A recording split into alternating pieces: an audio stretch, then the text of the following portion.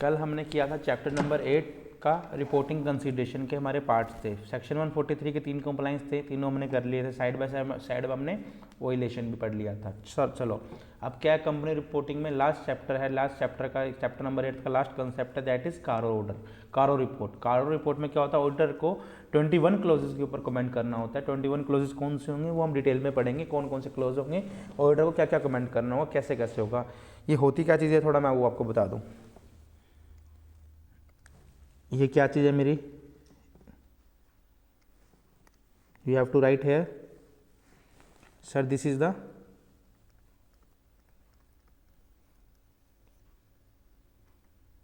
Independent audit report.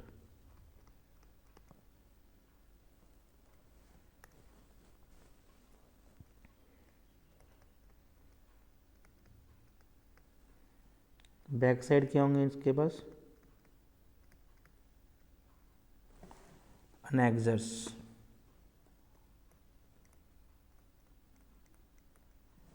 इस पे क्या करना होगा, रिपोर्ट्स ऑन द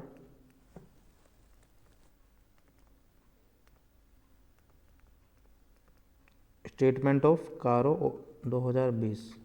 कितने क्लोजेस बताए मैंने, 21 क्लोजेस। उस पर ऑडिटर को कमेंट करना होगा। Back side independent audit report के कुछ अनेक्सर्स होंगे, उस पर एक रिपोर्ट की स्टेटमेंट बनेगी जिसमें कारो कंपनी ऑडिटर रिपोर्ट ऑर्डर के बारे में ऑडिटर को 21 क्लोजेस पे कमेंट करना होगा।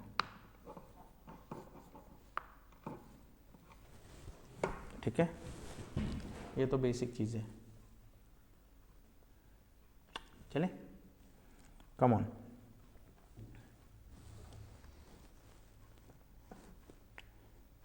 You have to write here. Question is, sir, what is कारो? कारो है क्या?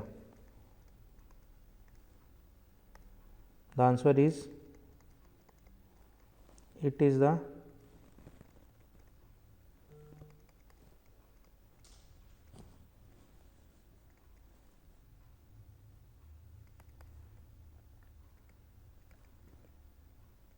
additional audit requirement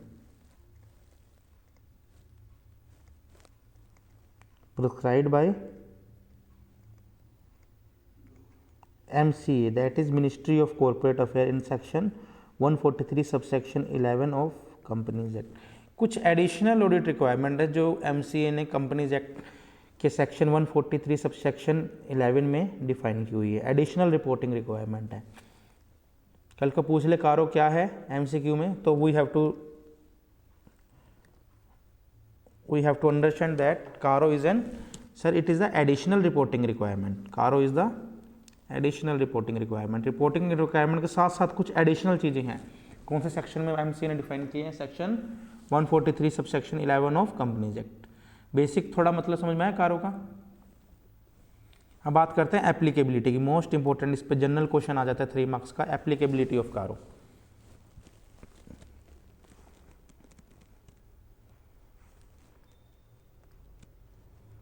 फर्स्ट इधर दो, सेकंड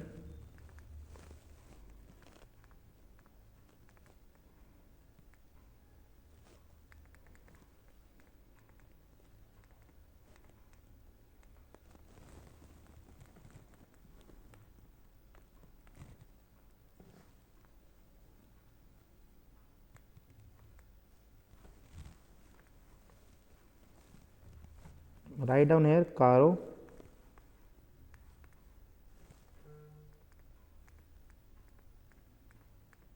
कौन सी कंपनीज पे एप्लीकेबल होगा, applicable to all the company, सभी कंपनीज पे एप्लीकेबल होगा, एक्सेप्ट को छोड़कर। कौन कौन सी कंपनी को छोड़कर, इन कंपनी को छोड़कर कारो सभी कंपनीज पे एप्लीकेबल होगा। कौन कौन सी, first is, you have to write here B, that is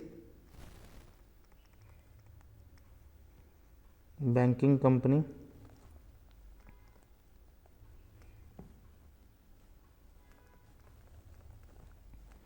registered under banking regulation act 1949। Yes, very good.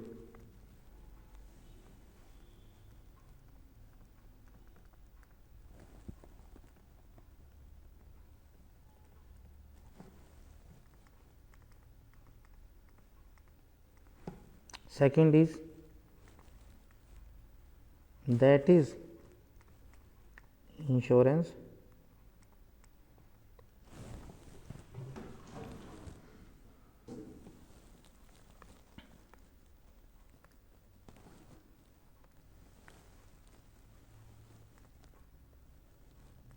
company defined या registered under इंश्योरेंस एक्ट 1938। कर लोगे एमसीक्यू के हिसाब से ये चीज? हर कंपनी पे एप्लीकेबल होगा। कौन कौन सी कंपनीज पे नहीं होगा? बैंकिंग कंपनी जो बैंकिंग रेगुलेशन एक्ट 1938 में रजिस्टर्ड है, and insurance company that is registered under insurance act that is 1938। और एक ऐसी कंपनी जिसमें कौन होता है? वन पर्सन कंपनी, जिसमें सिर्फ वन डायरेक्टर होता है, वही सारे अफेयर्स को कंपनी के संभालता है, कंपनी ऑपरेट करता है। उसके बाद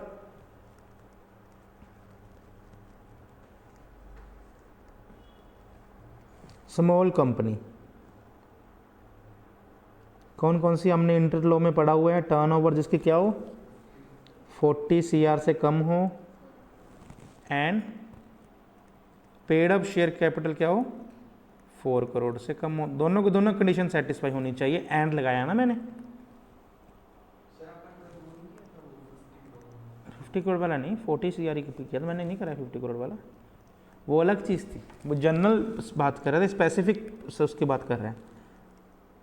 वो मैंने वहाँ कहीं स्मॉल कंपनी के बारे में नहीं बताया आपको। ये दोनों कंडीशन सेटिस्फाई होगी तो ही, क्योंकि सर बीच में लगा है and.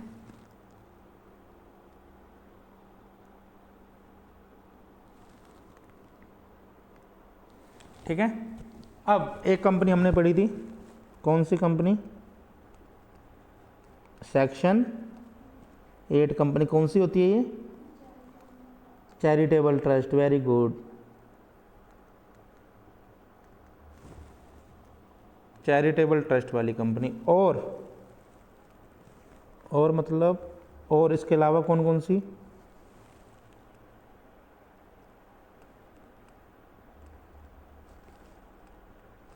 Other private company.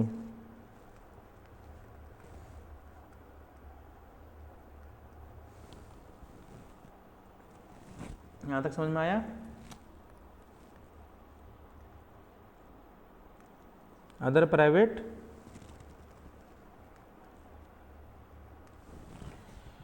Company. चले,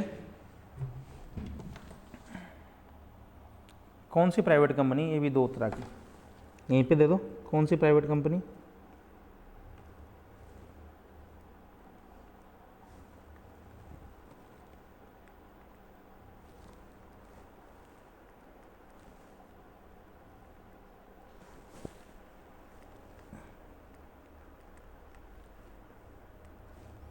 होल्डिंग एंड, अगर वो होल्डिंग है सब्सिडरी है किसकी? ऑफ, बच्चों अगर वो होल्डिंग है सब्सिडरी कंपनी कौन सी किसकी?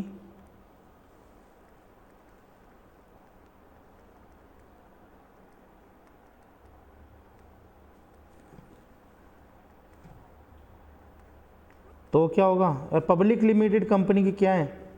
होल्डिंग सब्सिडरी है तो कारो एप्लीकेबल होगा।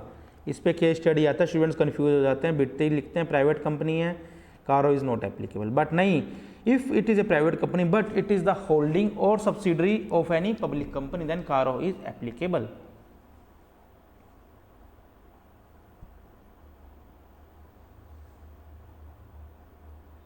ठीक है, आया यहाँ तक समझ में? या फिर लिखो neither holding,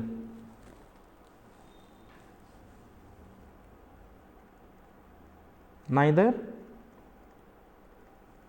holding nor subsidiary of the, ना तो होल्डिंग कंपनी है ना private limited company of the public, but fulfilling all the below condition, then Caro not applicable, ना तो होल्डिंग है ना सब्सिडरी है, किसी भी प्राइवेट लिमिटेड कंपनी की नहीं है। बट नीचे वाली जो मैं कंडीशन कराऊंगा आपको तीन, वो तीन कंडीशन सेटिस्फाई कर रही है, तीनों की तीनों कर रही है, तो कारो एप्लीकेबल नहीं होगा। तीनों में से एक भी नहीं कर रही तो कारो एप्लीकेबल होगा। समझ में आया? यहाँ तक समझ में आया? पहले ये बताओ, कन्फ्यूजन तो नहीं होगा? CARO is applicable to every company, all company except banking company, insurance company, one person company, small company, section 8 company और other private company. Except the private company should, अगर वो पब्लिक कंपनी की holding है subsidy तो CARO is applicable, but the private company is neither the holding और the subsidy of a private public company, but if the private company fulfilling all the 3 conditions, all the above below condition, then CARO is not applicable. समझ में आ रहा है? ये last वाला private limited पे questions हैं, बहुत सारे क्वेश्चंस हैं, हम इसको कैसे करेंगे वो चीज़ समझ में आ गई आपको? प्राइवेट लिमिटेड कंपनी में कारो एप्लीकेबल कब होगा? जब होल्डिंग और सब्सिडी होगा किसी पब्लिक लिमिटेड कंपनी का। बिड़ती लगा दो कारो एप्लीकेबल है पब्लिक लिमिटेड का है तो, ना ही तो वो पब्लिक लिमिटेड का कोई होल्डिंग है ना ही वो सब्सिडरी है। बट नीचे वाली 3 कंडीशन में से तीनों की तीनों कंडीशन को सेटिस्फाई कर रहे हैं तो कारो एप्लीकेबल नहीं होगा। ठीक है, कौन कौन सी 3 कंडीशन? आ जाओ, इसी को ऐसे चार्ट को चलने दो एक ही पेज पे। पूरा क्वेश्चन कहीं से भी आज एग्जाम में, ये कंसेप्ट को अगर समझ लोगे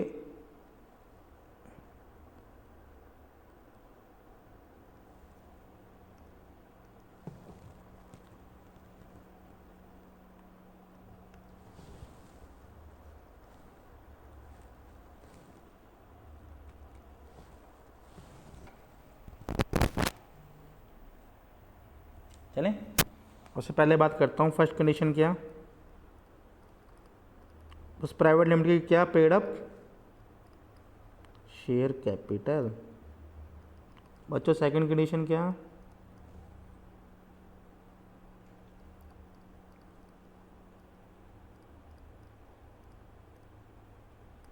total borrowing from banks and financial institution, that is NBFCs। Third क्या,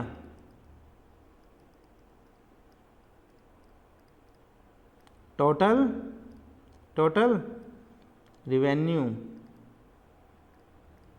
इंक्लूड्स, क्या चीज़ इंक्लूड होगी,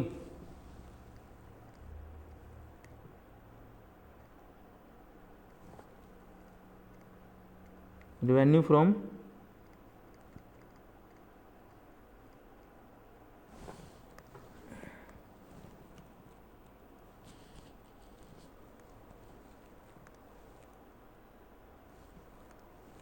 डिसकंटिन्यू बिजनेस, वो चीज़ भी इसमें इंक्लूड होगी।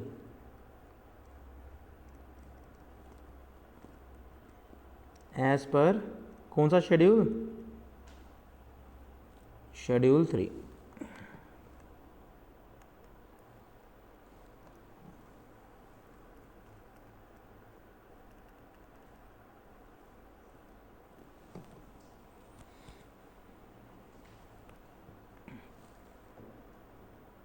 बहुत इंपॉर्टेंट है बच्चों, बहुत इंपॉर्टेंट चीज़ करवा रहा हूँ आपको मैं। क्लोजिस पे तो भी आया ही नहीं खैर में।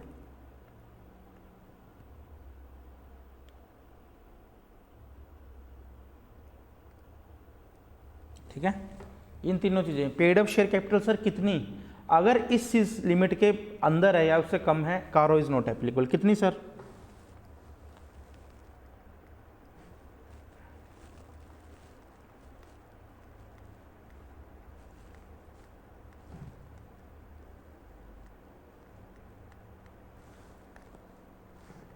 Is less than 1 crore, 1 crore से कम है तो कारो इज नॉट एप्लीकेबल। अगर क्या चीज़,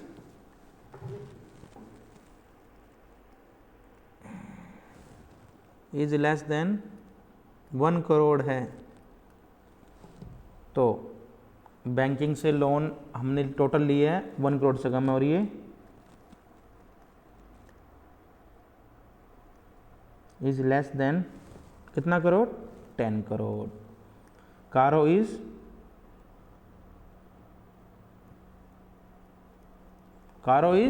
नॉट एप्लीकेबल। सर ये देखना कब है 1 करोड़, कौन सी डेट का?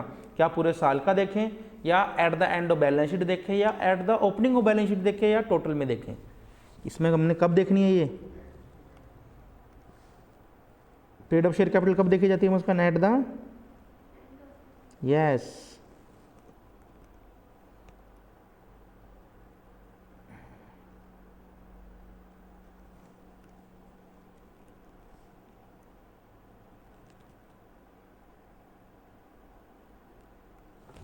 चले, ये क्या होगा? On balance sheet date. इसको और क्या बोला जाएगा? At the end of balance sheet date. एक ही बात है, ऑन द 31 मार्च में, मतलब क्लोजिंग बैलेंस शीट डेट, वो देखना है हमने। 1 करोड़ से कम है, पूरे साल का कोई मतलब नहीं है। और ये कब देखना है? At any time of financial year, कभी भी हो सकता है।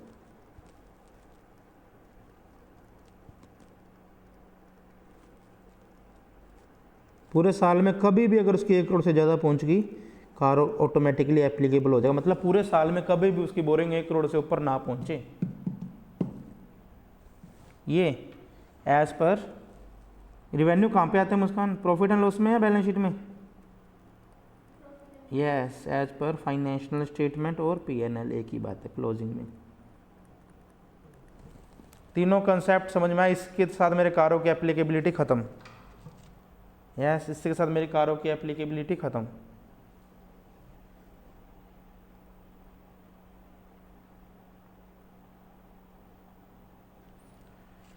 पढ़वाऊँ एक बार सारा दोबारा से करें?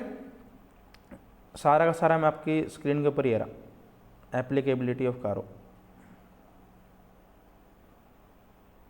सभी को दिख रहा है? सबसे पहले क्या, CARO is applicable to all company. कौन कौन सी ऑल कंपनी? सारी कंपनी। कौन कौन सी को छोड़कर? Banking, insurance, 1% small, section 8 and any other private company. But if the private company is holding or subsidiary of a public company, then CARO is applicable. But if the private limited company is neither the holding or subsidiary company and the private limited company paid up share capital is less than 1 crore at the balance sheet date, or total borrowing include the borrowing from banks and financial institution is less than 1 crore at any time during the financial year, or revenue from operation including revenue from discontinued business is less than 10 crore at the financial sheet date, then CARO is not applicable.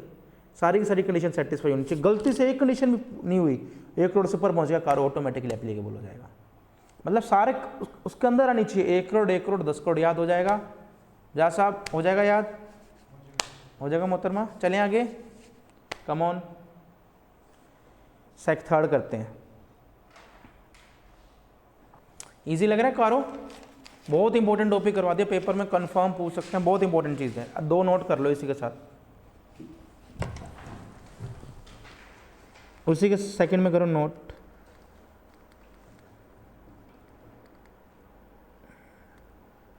If any of the above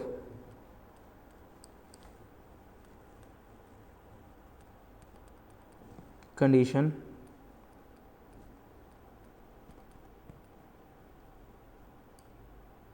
is not fulfilled, then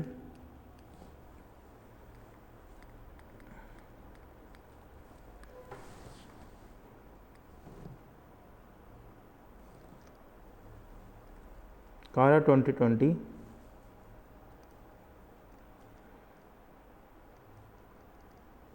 will be applicable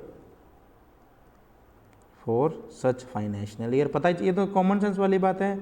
अगर इन तीनों में से किसी भी एक condition में अगर वो जो मेरा क्राइटेरिया है वो एलिजिबिलिटी से ऊपर चला जाता है, 1 करोड़ से ऊपर चला जाता है, या 1 करोड़ से ऊपर बोरिंग चली जाती है, 10 करोड़ से ऊपर सेल चली जाती है, तो ऑटोमेटिकली जिस साल में वो फुलफिल नहीं हुई है उस साल से कारो एप्लीकेबल ऑटोमेटिकली हो जाएगा। ठीक है? क्या सर हमने ये कारो की एप्लीकेबिलिटी हर साल चेक करनी है? Yes, CARO's applicability must check every year। Muskan, आपसे सिंपल से क्वेश्चन पूछता हूँ, क्या कारो प्राइवेट लिमिटेड कंपनी पे एप्लीकेबल है या नहीं? आप बताओ। प्राइवेट लिमिटेड कंपनी में CARO is applicable to private limited company, yes या नो?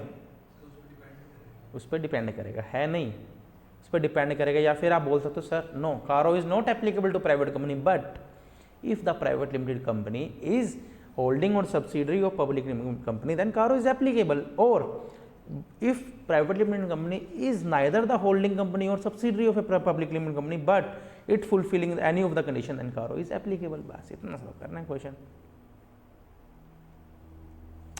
कौन कौन से कंडीशन में कारो एप्लीकेबल होगा प्राइवेट लिमिटेड कंपनी? फर्स्ट, अगर वो होल्डिंग सब्सिडरी प्राइवेट तब होगा, या फिर वो होल्डिंग सब्सिडरी नहीं है बट ये तीनों की तीनों कंडीशन में कोई भी एक कंडीशन सेटिस्फाई नहीं करता।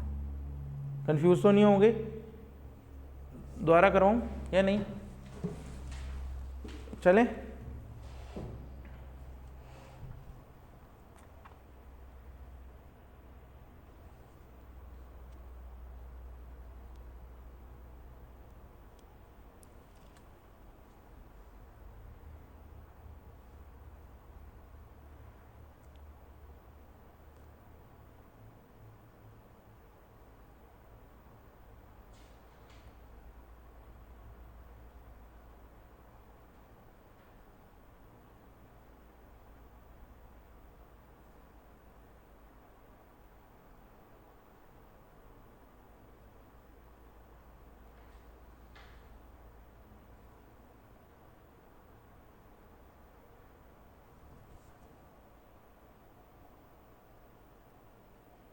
चले, कोई डाउट यहाँ तक? थर्ड पॉइंट करें।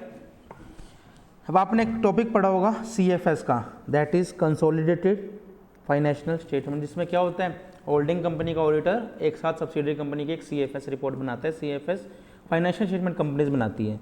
अब लिखो,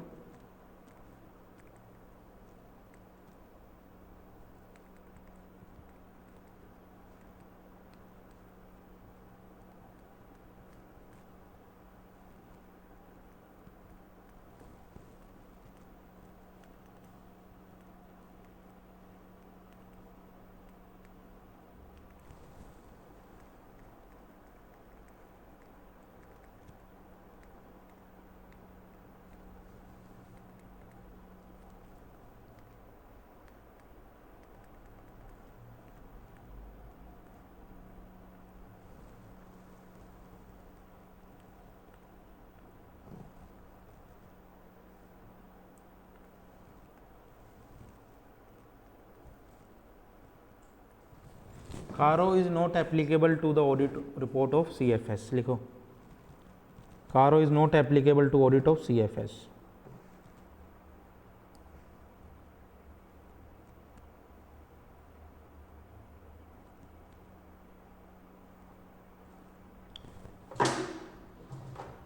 राइट डाउन है।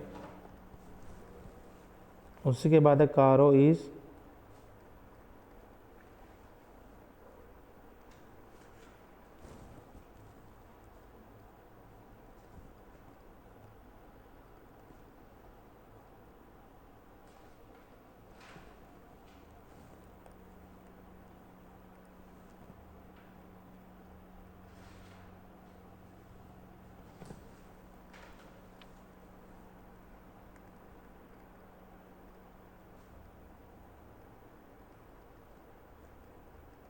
एक्सेप्ट, कब कब होगा? Most important line, close 21। Holding company की अगर CFS बन रही है कंपनी की और ऑडिट रिपोर्ट ऑडिटर्स पे रिपोर्ट बना रहा है, सिर्फ कारो का कौन सा क्लोज एप्लीकेबल होगा? 21। थोड़ा डिटेल में सर लिखवा दो, थोड़ा हमने कन्फ्यूजन सी हो रही है, कोई बात नहीं।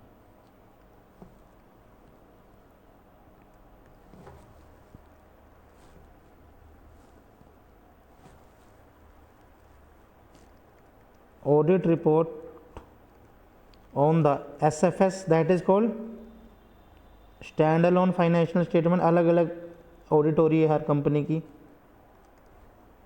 पर समझ में आया SFS का मतलब? अकाउंटिंग टर्म है, अकाउंट्स में यूज होती है टर्म CFS और SFS। Audit report on the CFS।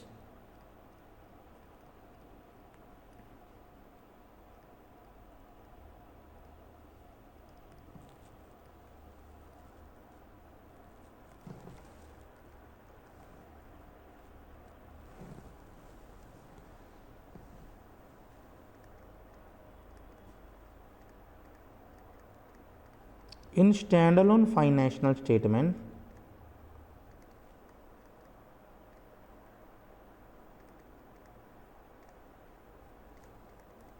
auditor is required to report करनी होगी किस पे, ऑन द कितने क्लोजेस पे, 20 क्लोजेस पे, and clause number 21 is not applicable in case of stand alone financial statement. समझ में आ गया डिफरेंस दोनों का।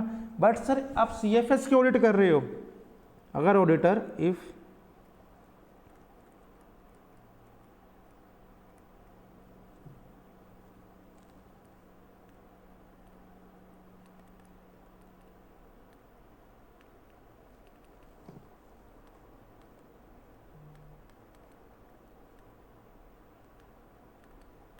Auditor is required to report on कौन से क्लोज पे, only clause number, only clause number, very good, clause number 21 and other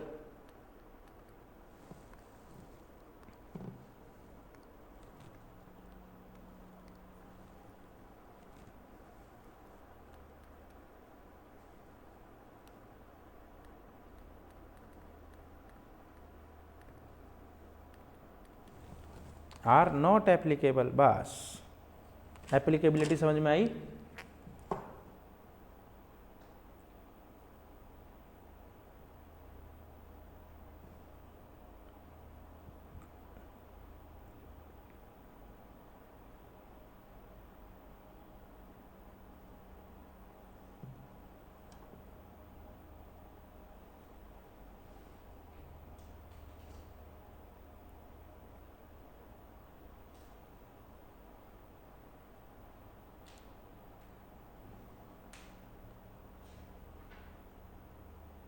हो गया हो गया हो गया।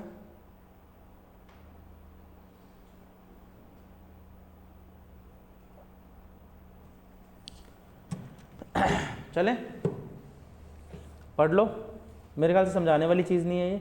सीएफएस की ऑडिट रिपोर्ट हो रही है तो रिपोर्ट सिर्फ 21 क्लोज पे करना है, अगर अदर देन सीएफएस हो रही है तो फर्स्ट टू 20 सभी पे करना है, बस 21 पे नहीं करना। करें क्लोज, स्टार्ट करें, यहाँ से आ जाओ, सारे आपको क्लोज एक लाइन में करवा देता हूँ।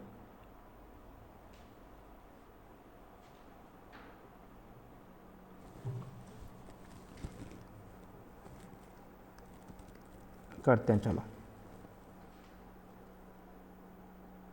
लिखो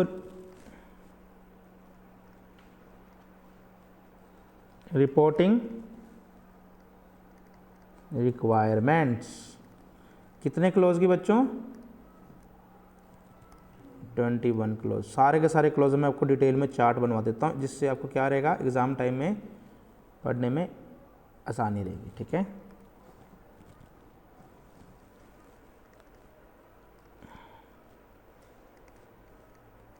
अकॉर्डिंग टू आपने पेपर में कैसे लिखना है, जो भी क्लोज आएगा एज पर क्लोज डैश जो भी हम लिखेंगे। कौन सा पैराग्राफ है, ऑफ पैराग्राफ 3 किसका, ऑफ द स्टेटमेंट। किसकी statement Muskan, of CARO 2020। Auditor is required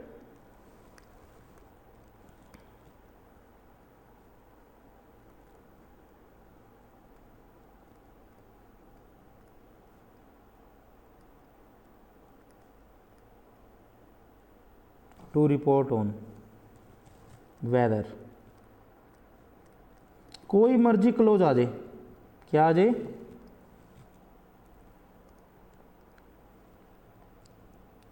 कोई मर्जी क्लोज आ जाए 1 से लेके 20 तक। ऑडिटर को क्या करना होगा, ये लाइन तो आपने एग्जाम में लिखनी होगी, एज पर या according to the clause number जो भी आएगा हम क्या समझेंगे, of the statement, of paragraph 3, of paragraph 3 कौन सी स्टेटमेंट का, of the statement of CARO 2020। Auditor is required to report on whether, whether के बाद क्या, सपोज करो क्लोज 1 की बात कर रहा हूँ, जो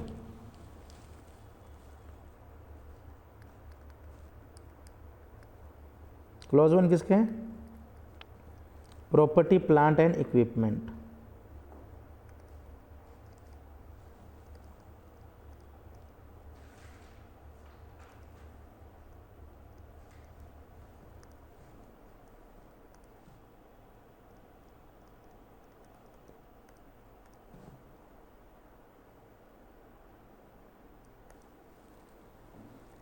बात करता हूँ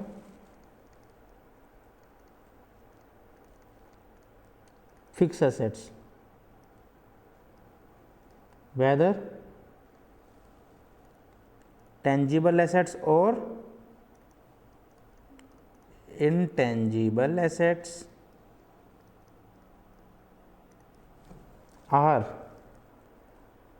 आर क्या? Proper records showing full particulars of, मैं पीपीई लिख दूँ, आप समझ जाओगे। प्रॉपर्टी, चलो पूरा लिख देता हूँ, नोट्स अच्छे बन जाएंगे। Property plant and equipments are made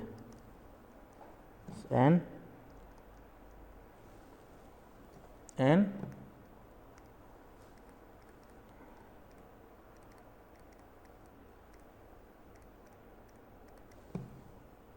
बोलो, क्लोज नंबर 1 समझ में आ गया। Auditor is required to report whether fixed assets tangible और इंटेंजिबल है proper records showing full particulars of PPE and intangibles are made. Second क्या? Whether physical verification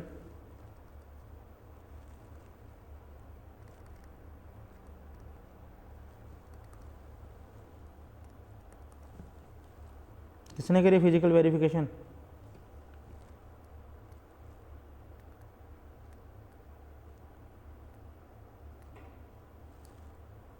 by the management. कब कब करिए? क्या प्रॉपर मिली है? एट रीजनेबल इंटरवल्स, 2 महीने, 3 महीने, क्वार्टरली, हाफ ईयरली, मंथली, क्या वो मैनेजमेंट कर रही है?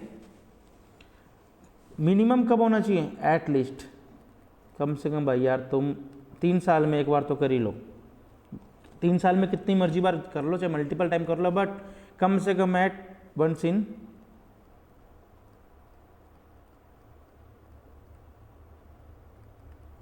सेकंड क्या? क्या फिजिकल वेरिफिकेशन में कोई मटेरियल डिस्क्रिपेंसीज मिली है? If yes,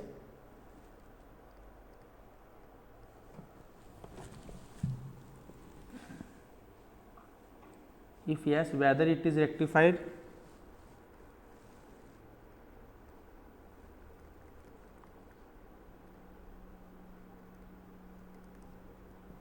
or not।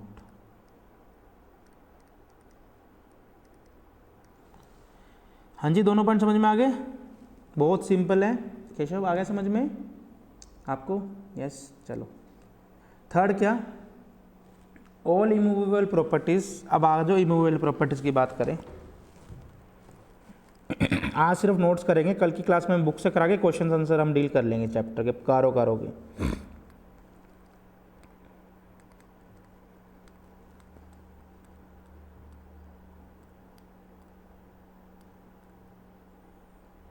All the immovable properties other than lease assets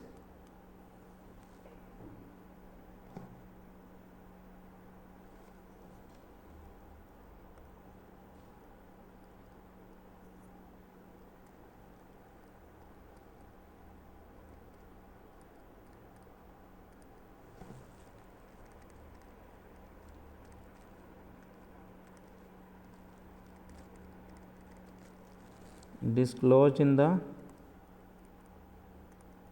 financial statement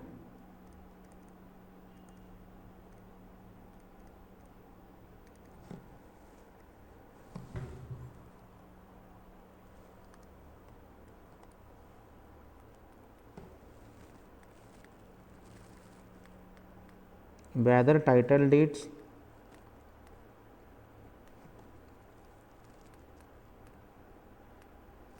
are held in the whether title deeds are held in the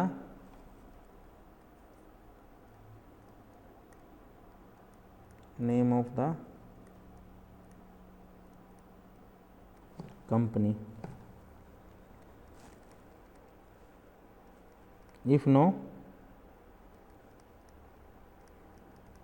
provide, तो auditor क्या मांगेगा management से, हमें details provide कराओ अगर आपके नाम में नहीं है तो। तीनों पर रिपोर्टिंग समझ गए। पहला क्या प्रॉपर रिकॉर्ड, दूसरा क्या फिजिकल वेरिफिकेशन, थर्ड क्या इमूवेबल प्रॉपर्टी क्या कंपनी के नाम में है या नहीं। चलें थर्ड करें, फोर्थ सॉरी,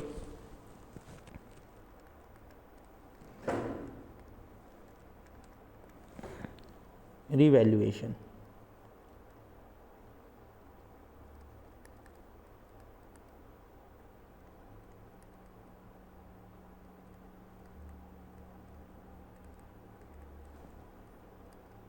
क्या पीपी और इनटेंजिबल एसेट्स का रिवैल्यूएशन हुआ है या नहीं, नहीं हुआ, कोई दिक्कत नहीं है।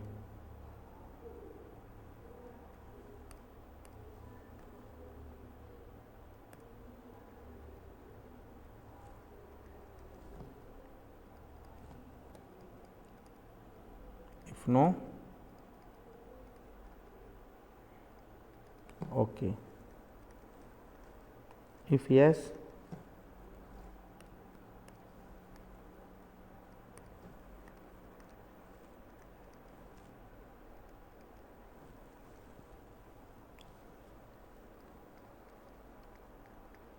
whether it is done by the registered valuer or not.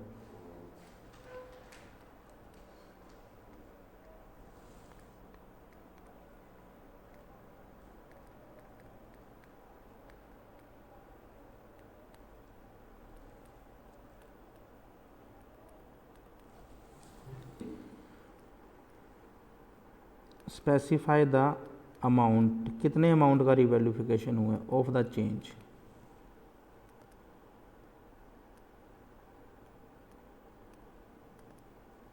If change is more than 10%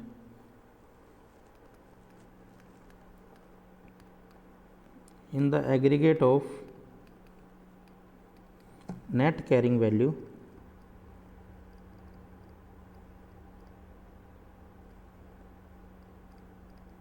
of each class, अगर 10% से ज़्यादा चेंज है तो स्पेसिफाई करोगे। एग्जाम्पल लिखो कैरिंग अमाउंट पे, एग्जाम्पल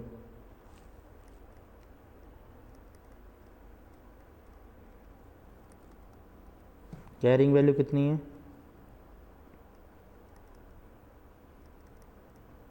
बिल्डिंग 1 2 3, बुक वैल्यू कितनी थी, लेट्स सपोज 1000, 1000 रुपये, 1000 रुपये, 1000 रुपये। क्या हुआ, वैल्यूएशन हुआ, रीवैल्यूएशन करने के बाद ये कितनी बन गई,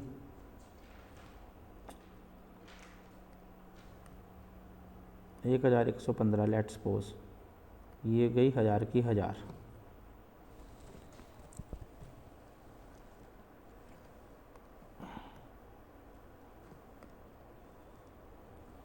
ये बन गई 1200 रुपये, ठीक है, ये बन गई 1000 की 1000। टोटल कितना हुआ, टोटल कितना हुआ 3200। एग्रीगेट में देखना है इसमें कितना आया, कितने परसेंट बढ़ा मुस्कान चेक करो फिर, 3200 बढ़ा,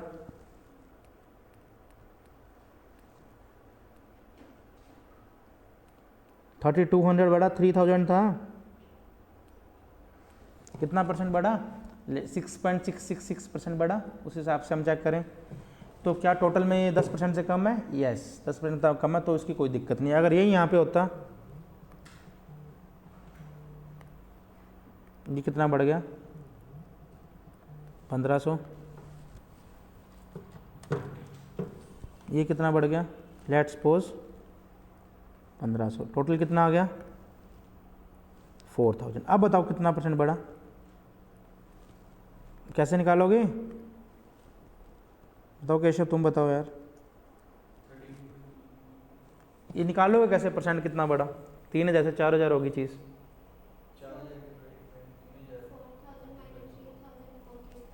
यस, 4,000 से 3,000 को डिवाइड क्यों करोगे बेवकूफ़? अच्छा वो क्या परसेंट पूछा, कितने परसेंट बढ़ा? 1,000 रुपये बढ़ा नेट में, 1,000 रुपये 3,000 कितने परसेंट था, ऐसे कर लो। कितना आया कैलकुलेटर में? 33.333% आया, 1/3 बढ़ा। क्या ये एग्रीगेट में 10% से ज़्यादा है? यस, तो इसकी रिपोर्टिंग करो। रिवैल्यूएशन समझ में आ गया?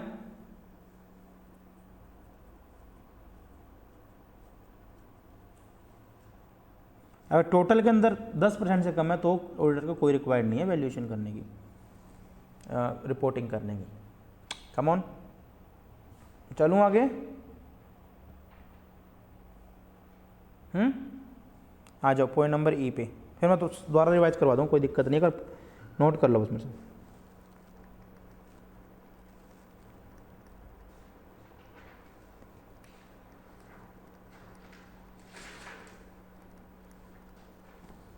बेनामी ट्रांजैक्शन,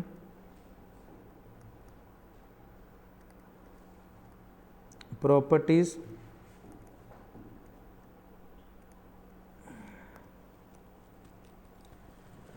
प्रोसीडिंग्स, बेनामी ट्रांजैक्शन और properties.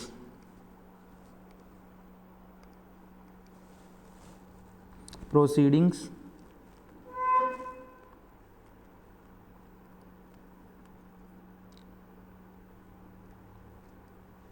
Legal case against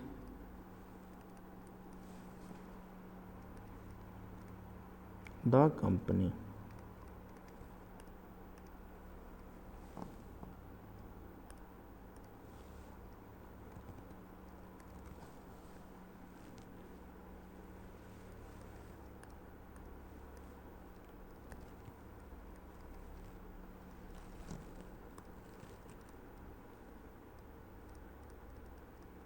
is not pending, okay,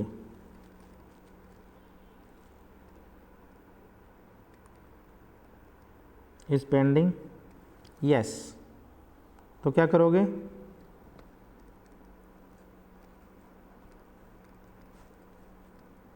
check whether company has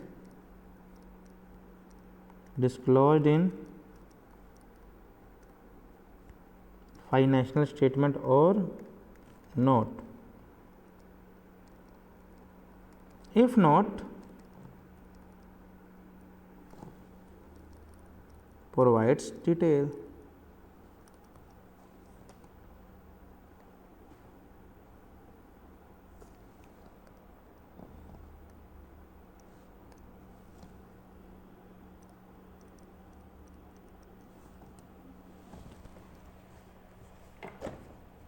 yes, चले। Clause number 1 has been finished. इसमें क्लोज नंबर 1 में मुस्कान आपको 5 आइटम्स पर करनी होगी रिपोर्टिंग। सबसे पहला क्या?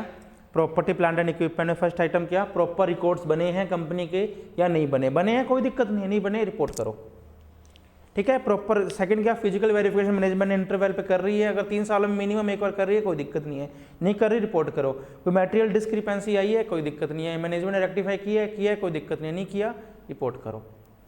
थर्ड पॉइंट क्या? ऑल इमूवेबल प्रॉपर्टी जो आई अदर देन लीज एसेट्स, क्या प्रॉपरली मैनेजमेंट को डिस्क्लोज किया है? कि अगर नहीं किया है तो कोई दिक्कत नहीं, नहीं किया तो डिटेल्स मांगो। क्या मैनेजमेंट के नाम के अंदर वो है? कोई दिक्कत नहीं है तो डिटेल्स दो। तुम्हारे नाम में क्यों नहीं इमूवेबल प्रॉपर्टी, किसी और के नाम से तुम कैसे दिखा रहे हो? थर्ड क्या? रिवैल्यूएशन करने के बाद एग्रीगेट में 10% से ज़्यादा है रिपोर्ट करो, नहीं है तो मत करो। और चेक करना क्या? रजिस्टर वैल्यूअर से हुआ है, कोई दिक्कत नहीं हुआ रिपोर्ट करो। क्वेश्चंस करेंगे बेटर समझ में आ जाएगा कैसे है, ठीक है। फोर्थ क्या? बेनामी ट्रांजैक्शन, क्या कंपनी के नाम में पेंडिंग है, कोई नहीं है, कोई दिक्कत नहीं है रिपोर्ट करो। क्या चेक करो? कंपनी ने फाइनेंशियल स्टेटमेंट में बेनामी ट्रांजैक्शन को डिस्क्लोज किया हुआ है, पेंडेंसी को यस किया हुआ है, कोई दिक्कत नहीं, नहीं किया डिटेल्स मांगो, डिटेल्स नहीं देती रिपोर्ट करो। जैसे किसी और के नाम अपने प्रॉपर्टी ली हुई है, यूज़ आप खुद कर रहे हो, क्या है आपने अपने किसी एम्प्लॉय के नाम प्रॉपर्टी ले ली, यूज़ आप खुद कर रहे हो, बेनामी होगी वो, क्या है? क्या उस पर कोई लिटिग कोई उसमें डिस्क्रिपेंसी या कोई पेंडिंगेशन पड़ी है, प्रोसीडिंग्स पेंडिंग है, केस चल रहा है, नहीं चल रहा तो कोई दिक्कत ही नहीं है, पता ही नहीं चलेगा, चल रहा है तो रिपोर्ट करो। चलें क्लोज टू 1 में कोई डाउट? क्लोज नंबर 2 पे आ जाओ।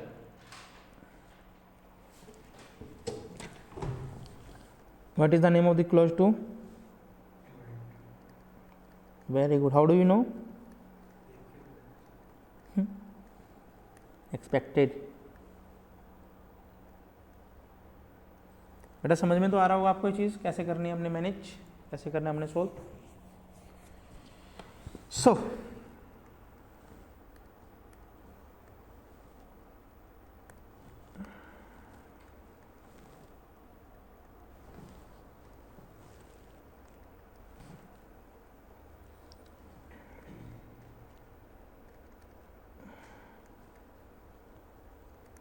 क्या इन्वेंट्री क्या हुई है?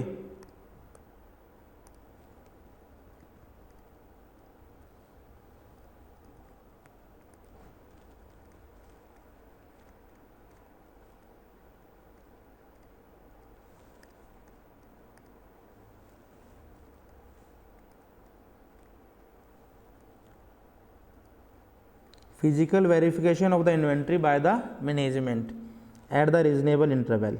कितने टाइम में? वो तो property and plants and equipments का था। At least once in a year. दोनों में कंफ्यूजन तो नहीं होगी? इन्वेंट्री का हमने कम से कम एक बार मैनेजमेंट ने फिजिकल वेरिफिकेशन, फिजिकल इंस्पेक्शन करना है।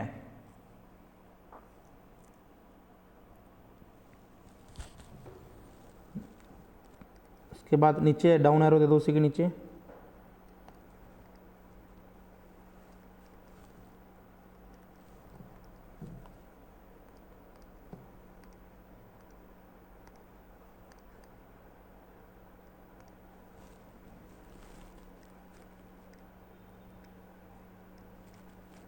coverage and procedures of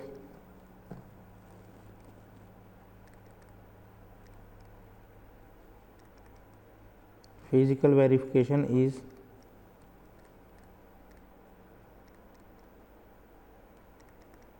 appropriate or not। क्या जो प्रोसीजर्स लगाए हैं वो एप्रोप्रिएट है या नहीं है? तो कोई दिक्कत नहीं है तो रिपोर्ट करो। If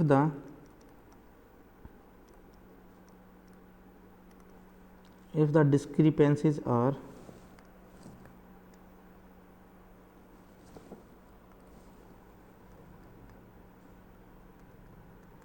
%10 of the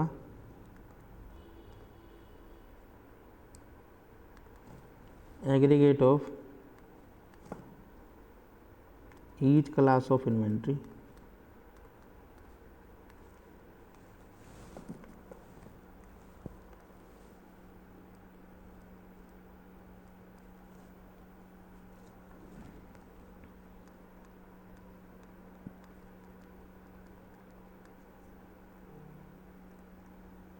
whether it is properly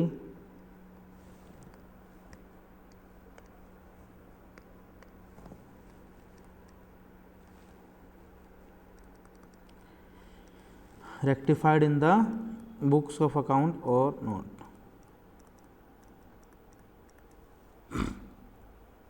ठीक है, क्या कोई मटेरियल डिस्क्रिपेंसीज आई है और 10% से ज़्यादा एग्रीगेट है किसी भी क्लास में, क्या वो प्रॉपरली रेक्टिफाइड हुई है या नहीं? नहीं हुई, रिपोर्ट करो। ठीक है। Second,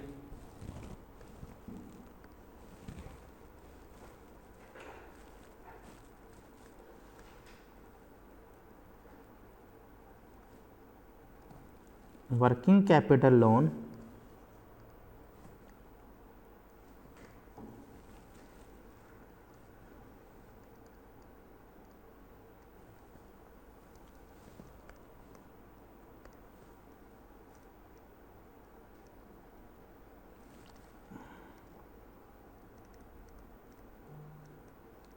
sanctioned by bank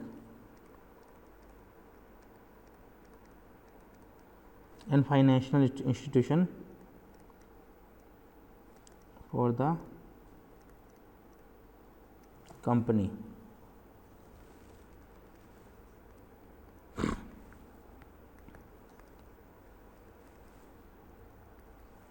amount कितनी है?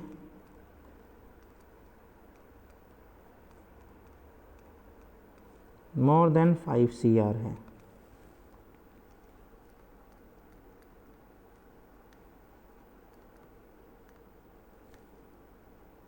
Quarterly statement filed by the company.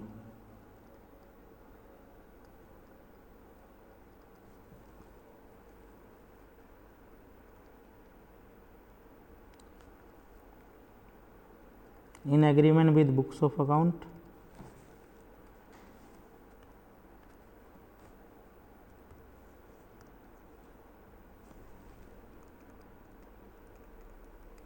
Yes, कोई दिक्कत नहीं, नो, प्रोवाइड डिटेल्स।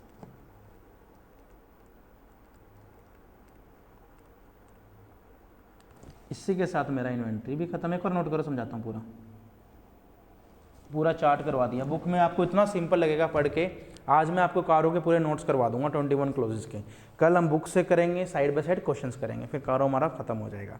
फिर next on the day after tomorrow, परसों से हम करेंगे चैप्टर नंबर 3 स्टार्ट। उसमें 5 डेज लगेंगे, उसके बाद हम आगे बढ़ेंगे। ठीक है, चलो पढ़े कम ऑन। इन्वेंट्री पे क्या फिजिकल वेरिफिकेशन मैनेजमेंट से हुई है, रेगुलर इंटरवल पे कितना, वंस इन ए ईयर कम से कम हो। क्या प्रॉपर प्रोसीजर लगाए हैं? यस, बिल्कुल लगाए हैं। नहीं लगाए तो मटेरियल डिस्क्रिपेंसीज आई है, क्या वो टोटल में 10% से ज़्यादा है? यस है। प्रॉपरली रेक्टिफाइड हुई है, ठीक है, रिपोर्ट करो। ओके। सेकंड क्या, वर्किंग कैपिटल लोन बैंक ने कोई सैंक्शन किया है, क्या उसकी अमाउंट 5 करोड़ से ज़्यादा है? बिल्कुल है, रिपोर्ट करो। क्या क्वार्टरली स्टेटमेंट कंपनी उसको स्टॉक स्टेटमेंट प्रोवाइड करवा रही है, और जो बुक जो दे रही है बैंक को क्वार्टरली स्टेटमेंट स्टॉक की अपनी, क्या वो बुक्स ऑफ अकाउंट से मैच हो रही है? हो रही है, कोई दिक्कत नहीं है। रिपोर्ट नहीं हो रही, प्रोवाइड डिटेल्स मांगो, रिपोर्ट करो।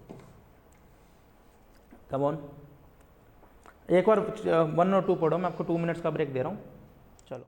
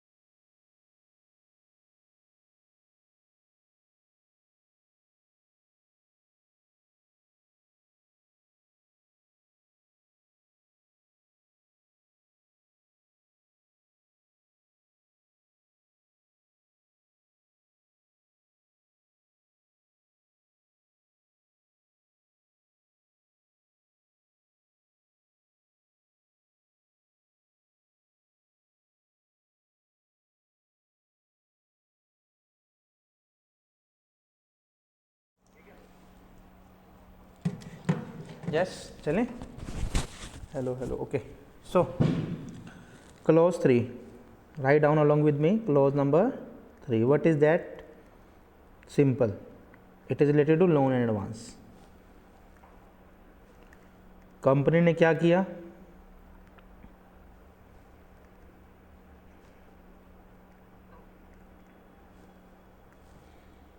मिस्टर राम को क्या किया, लोन दिया।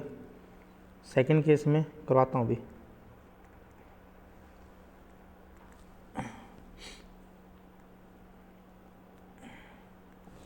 कंपनी लोन गिवन, या कंपनी ने क्या दिया है, इसको पैसा दिया है, लोन गिवन, या फिर और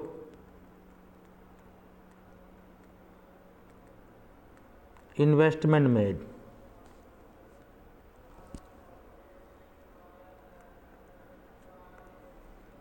या फिर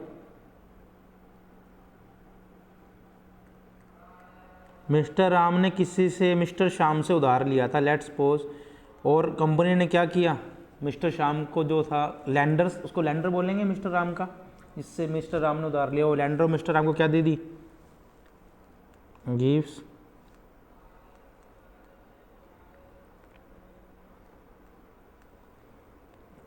ऑन बिहाफ ऑफ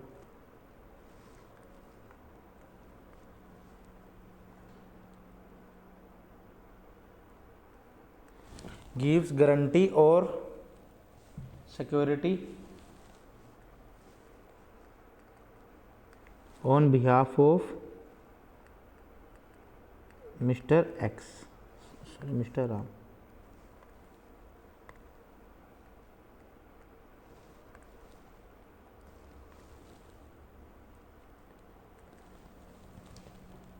दो केस समझ में आ गए। पहले का करते हैं, केस नंबर 1 का ब्रेकअप। कंपनी ने क्या किया होगा, क्या किया होगा केशव फर्स्ट केस में, लोन या इन्वेस्टमेंट दी हुई है मिस्टर राम को,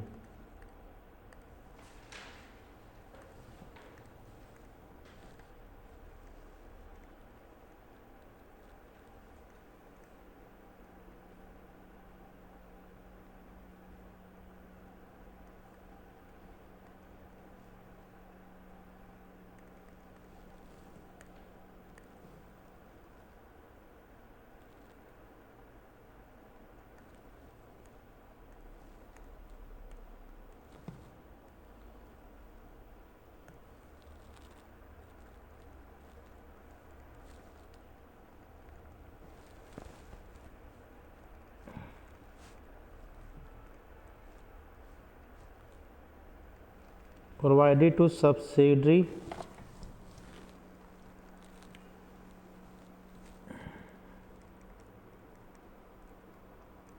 joint venture and associate of company, किसी भी कंपनी की, ठीक है।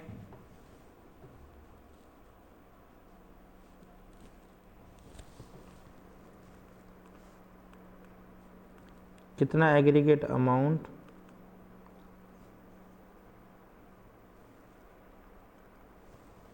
ड्यूरिंग द ईयर, कितना रुपया दिया उसने पूरे साल,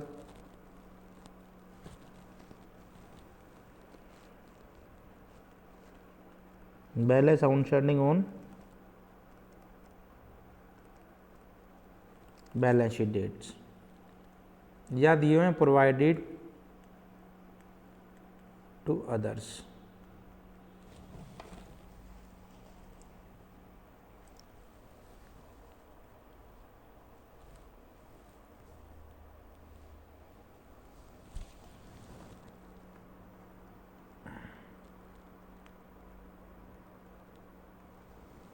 सेम वही चीज़,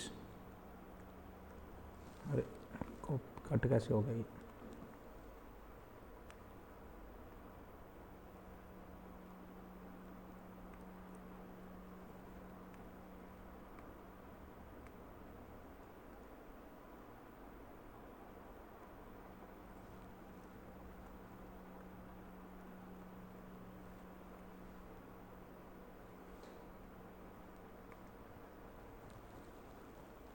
ठीक है,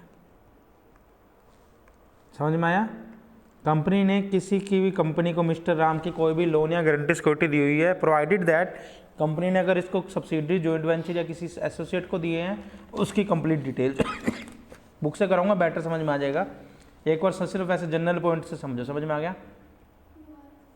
कंपनी ने क्या दिया हुआ है, लोन सिक्योरिटीज दी हुई है, किसको, मिस्टर राम को या किसी कंपनी को दिया हुआ है। प्रोवाइडेड दैट, प्रोवाइडेड उसने क्या दिया, लोन गारंटी सिक्योरिटी दी है किसी भी कंपनी की जॉइंट वेंचर को, सब्सिडरी को या एसोसिएट्स को, उसको भी दी है, तो रिपोर्ट क्या करेगा, टोटल अमाउंट कितनी दी है और कितना आउटस्टैंडिंग खड़ा है। आपको मैं जब बुक से करेंगे ना, आपको मैं एक सेकंड के लिए वैसे दिखाता हूँ रेफरेंस देने के लिए, मैं बुक से एक साथ करवा दूंगा, आपकी रिवीजन बहुत अच्छी हो जाएगी। 1-1 करके कराऊंगा, आप कहीं ना कहीं भूल जाओगे, हम अच्छे से करेंगे तब आपको बेटर समझ में आ जाएगा। देखो क्लोज नंबर, ये देखो, whether during the year company has made investment in provided, कोई गारंटी या सिक्योरिटी या कोई भी लोन दिया है किसी भी तरीके का, किसी भी कंपनी को, फर्म को, लिमिटेड पार्टनरशिप को या किसी भी पार्टी को दिया है।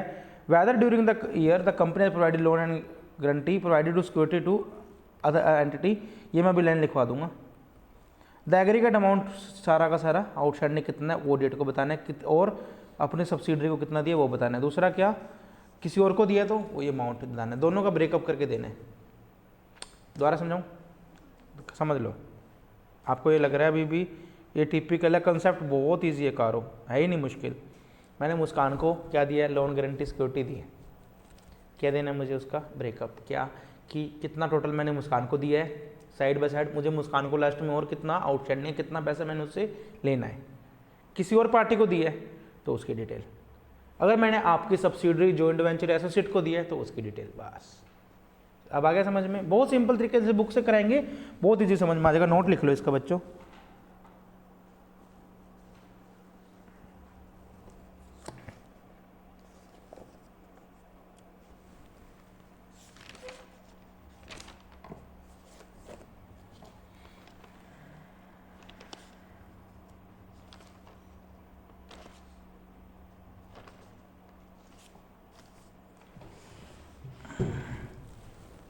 ये दो केस ही है सिर्फ, यहाँ पे ए बी मत लिखना, मैं भी सोचूं कन्फ्यूज, और ये ऐसे लिख देना, एरो कर देना।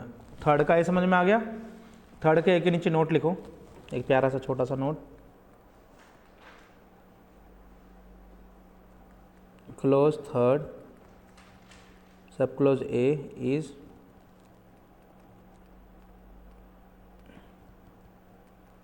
Not applicable to the company whose principal business, उसका मेन काम क्या है, core business, principal business, main business is to give loan. उसका भाई का मेन काम ही बच्चों लोन देना है, उस कंपनी का मेन काम ही लोन देना है, तो वो चीज़ नहीं आएगी, ठीक है।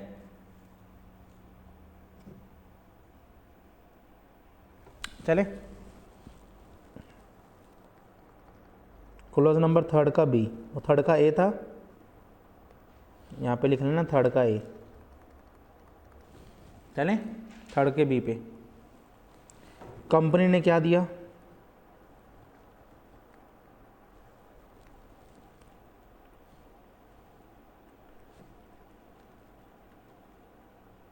किसी भी कंपनी को क्या दिया, loan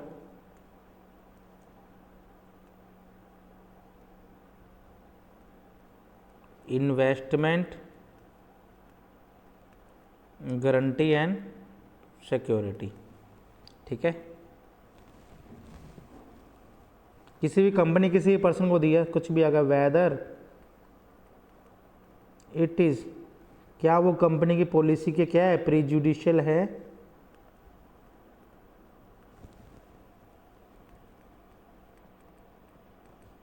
whether it is prejudicial to the interest of company, if yes provide details, report करो। आगे समझ में। थर्ड सेकंड पॉइंट बहुत सिंपल था ये तो, थर्ड का बी कराऊं,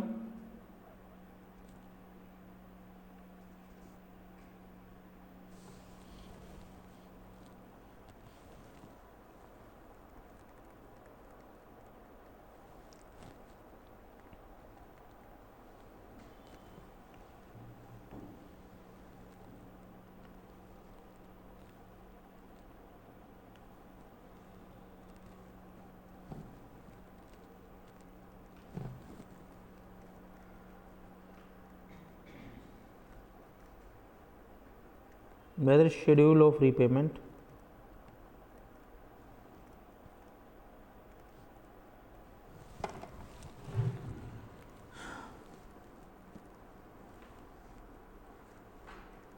स्टिपुलेटेड, क्या वो प्रॉपर ढंग से स्टिपुलेटेड है, क्लियर कट दिखाया गया नहीं है?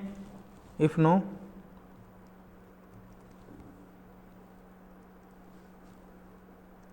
प्रॉपर ढंग से रीपेमेंट का शेड्यूल कुछ भी नहीं है तो क्या करो, प्रोवाइड डिटेल्स, रिपोर्ट डाल दो कंपनी से डिटेल्स मांग के। इफ यस तो चेक करो,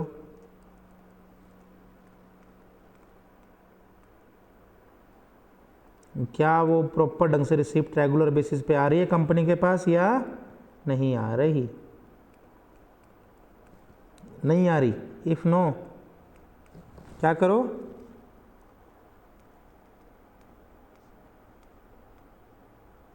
प्रोवाइड डिटेल्स।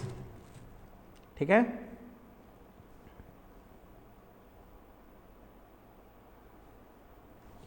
यदि नहीं आ रही तो सपोज करो रेगुलर बेसिस पे आ रही है, कंपनी का प्रॉपर रीपेमेंट का शेड्यूल स्टिपुलेटेड है, यस कोई दिक्कत नहीं है। क्या वो चेक करो क्या वो रेगुलर आ रही है, नहीं आ रही रिपोर्ट करो। कोई कंपनी का शेड्यूल रेगुलर है ही नहीं, कुछ उन्होंने शेड्यूल ही नहीं बनाया तो कौन सा क्लोज रेफर करो, थर्ड का डी, जो मैं अभी आपको नीचे कराऊंगा। ठीक है, मेरे को ऐसा लग रहा है साइड बाय साइड ना बुक से करवा ही दूँ या नहीं।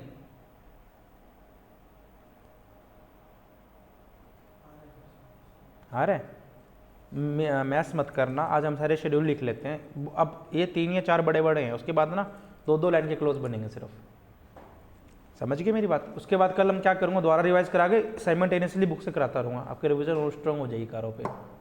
ठीक है ना केशव, चलो आ गया समझ में। चलो अब आ जाओ थर्ड का डी।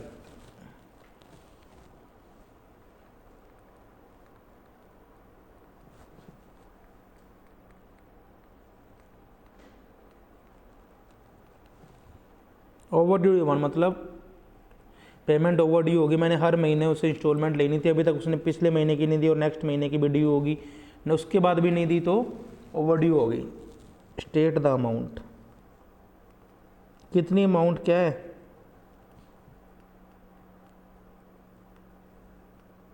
$90 days।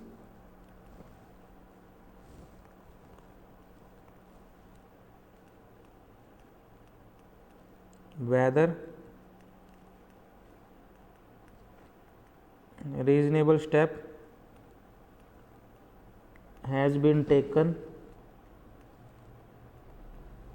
for recovery, क्या रीजनेबल स्टेप उसने रिकवरी के लिए लिए हैं कंपनी ने या नहीं। ठीक है, ओवरड्यू 90 दिनों से ज़्यादा है, यस, तो क्या कंपनी ने कोई रीजनेबल स्टेप लिए हैं कंपनी से पैसा वापसी लेने का, उसकी डिटेल दो बस, यस नो नहीं। आ गया समझ में, चारों पॉइंट समझ में आ गए। ए बी सी डी, ए में लोन देना था, दूसरे में क्या था, क्या लोन दिया प्रॉपरली हमारे अकाउंट्स के थ्रू, कोई कंपनी का प्रीजुडिशियल तो नहीं है। पहले में क्या था, लोन दिया उसकी डिटेल दो। दूसरे में जो लोन दिया गया कंपनी के प्रीजुडिशियल तो अगेंस्ट तो नहीं है।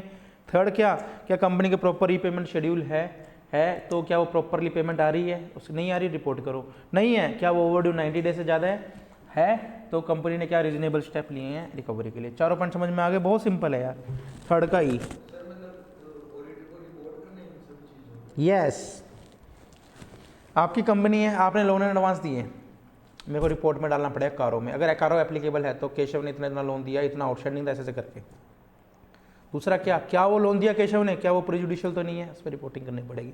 थर्ड, अगर केशव ने वो लोन दिया किसी भी इन्वेस्टमेंट अपने की है किसी भी कंपनी में, क्या प्रॉपर उसका रीपेमेंट शेड्यूल है या नहीं है तो क्या केशव को टाइमली पेमेंट मिल रही है, नहीं मिल रही, रिपोर्ट करो। फोर्थ, क्या जो केशव को ओवर टाइमली पेमेंट नहीं मिल रही, क्या वो ओवरड्यू 90 डेज से ज़्यादा है, यस, तो क्या केशव ने प्रॉपर ढंग से अप्रोप्रिएट स्टेप्स लिए हैं पैसे वापसी निकलवाने के, इस पर रिपोर्ट करो। चारों पॉइंट समझ में आ गए। एक स्टोरी वाइज पढ़ना है इसको। ई में क्या था, कंपनी ने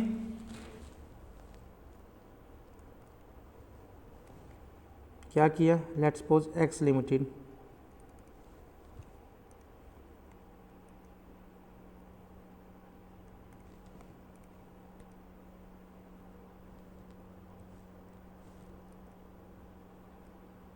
रिप्लेस्ड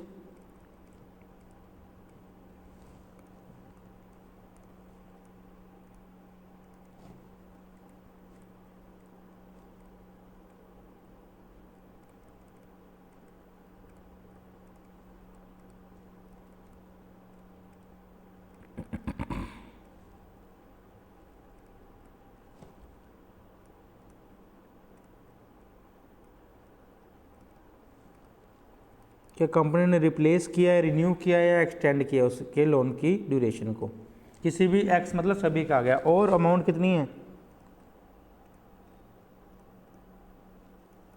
50 लाख है, लेट्स सपोज।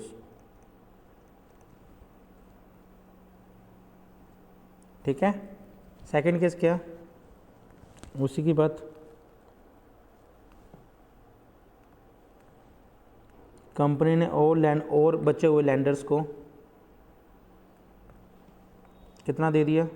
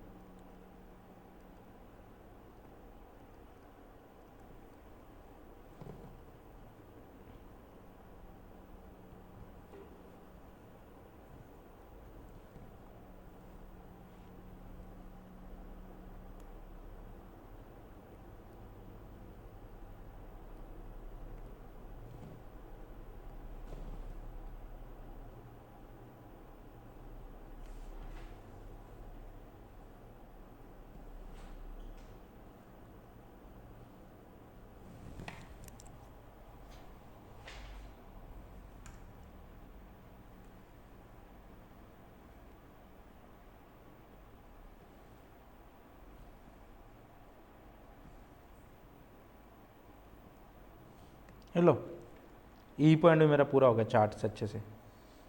पढ़ो एक बार ये लिखो फिर मैं समझाता हूँ। हाँ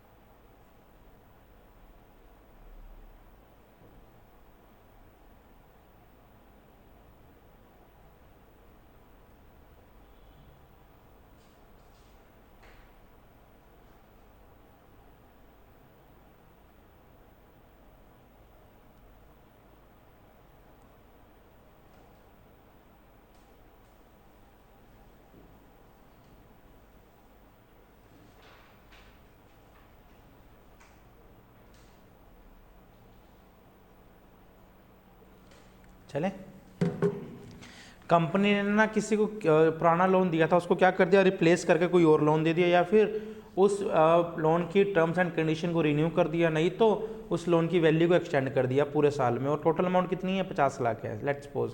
कंपनी ने सारे अदर लैंडर को कितना लोन दिया हुआ है 1 करोड़ का। तो जो जितना अमाउंट लोन का रीपेड हुआ है, रिप्लेस हुआ है या फिर एक्सटेंड हुआ है, वो टोटल लोन के कितने % है उसका प्रॉपर एक डिस्क्लोजर रिपोर्ट करो। ऑडिटर रिपोर्ट करके देगा इतने % लोन हुआ है, उसकी रिपोर्टिंग होगी। समझ में आ गया? थर्ड का ही समझ में आ गया? थर्ड का F करें लास्ट। चलो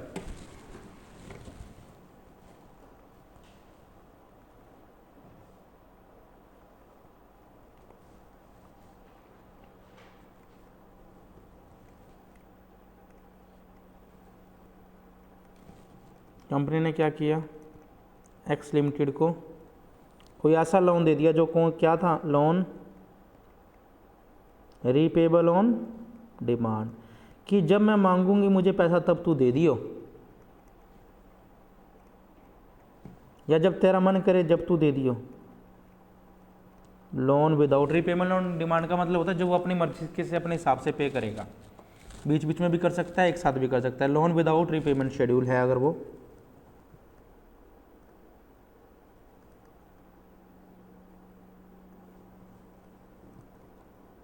टोटल अमाउंट लेट सपोज कितनी है,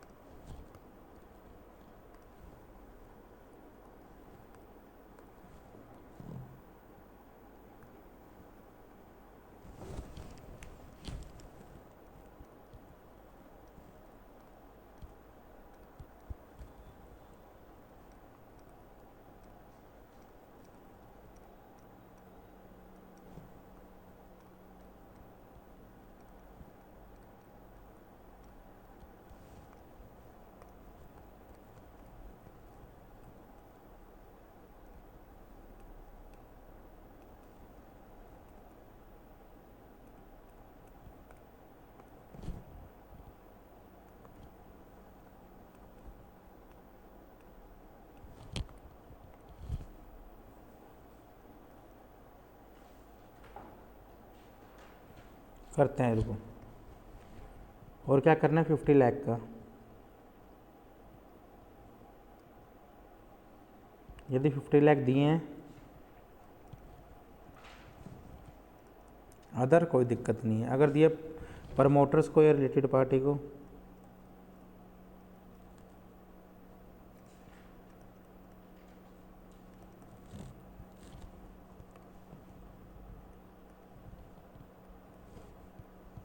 तो क्या चीज़,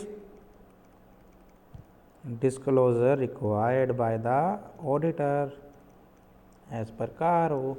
तीनों क्लोज समझ में आ गए, yes come on, first second and third has been finished. चलें फोर्थ फिफ्थ सिक्स छोटे छोटे क्लोज है, एक एक लाइन के हैं, करवा देता हूँ, थोड़े स्पीड पे करेंगे काम। हमारे जो 3 बड़े क्लोज थे वो हो गए।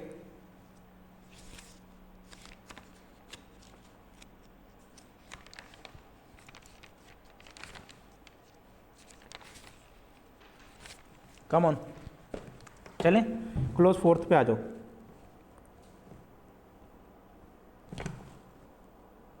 मेन तो अपने पहले 3 क्लोज ही अच्छे से पढ़ने हैं, बाकी सारे तो इजीली समझ में आ जाएंगे। वेदर कंपनी कंप्लायंस विद, क्या कंपनी ने कंप्लायंस किया है,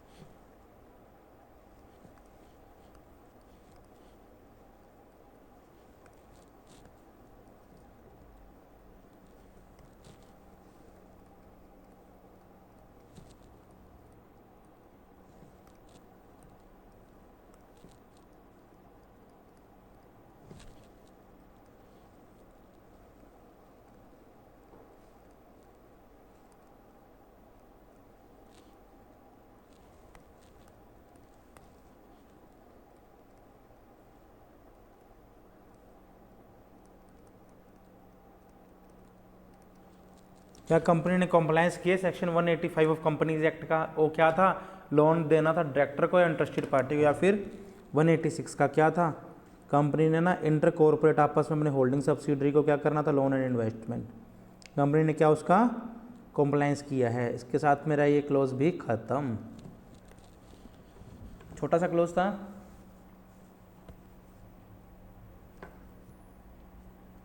ठीक है, close number 5।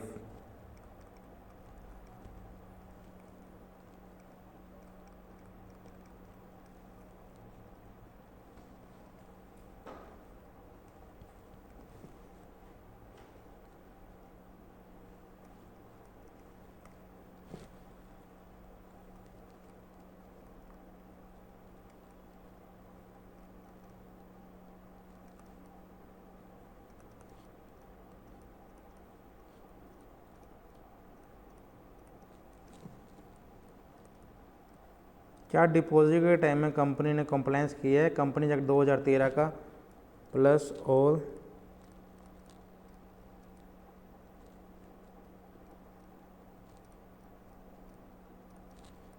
Regulatory order.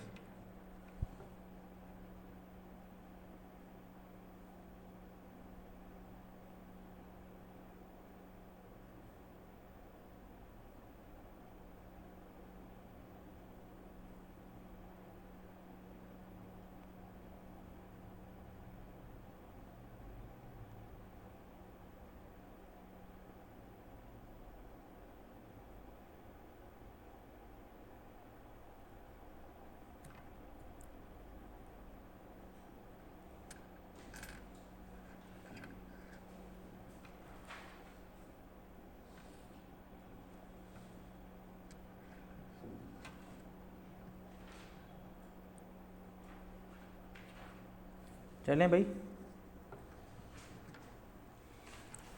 Close number 6 समझाने वाला नहीं है कोई क्लोज डिपॉजिट का। कंपनी को सेक्शन 73 हम कंपनीज लॉ में पढ़ते हैं, 73 से 76 का उसमें कंप्लायंस हुआ है या नहीं। अब आ जाओ, मेंटेनेंस ऑफ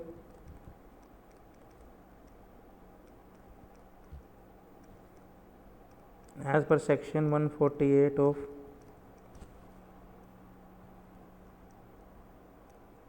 कंपनीज एक्ट 2013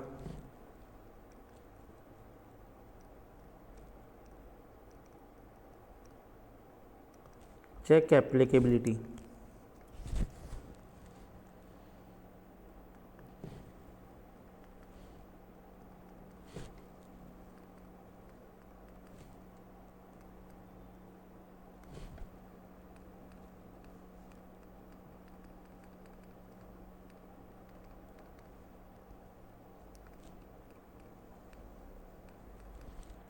क्या वो मेंटेन हुई है और बनी है प्रॉपर ढंग से? कॉस्ट रिकॉर्ड्स कंप्लायंस किए सेक्शन 148 का, यस या नो, वो चीज़ की रिपोर्टिंग करनी है। नहीं किया कोई दिक्कत नहीं, एप्लीकेबिलिटी ही नहीं है कॉस्ट ऑडिट की। एप्लीकेबल है तो क्या प्रॉपर ढंग से कॉस्ट अकाउंट्स कॉस्ट रिकॉर्ड्स बने हैं, मेंटेन हुए हैं या नहीं, ऑडिटर को उस पर कमेंट करने हैं। आ गया समझ में? बहुत सिंपल थे तीनों close. 4, 5th and 6th 7th आ जाओ, ऐसे ऐसे क्लोज अब।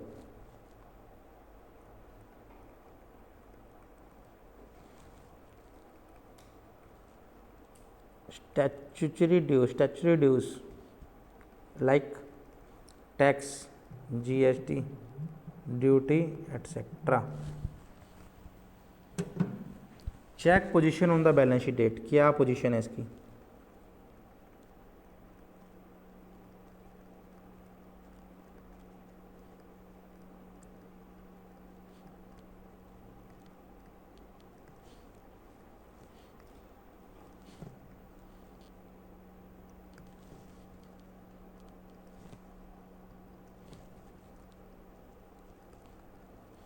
क्या वो रेगुलरली पेड हो रहे हैं या नहीं?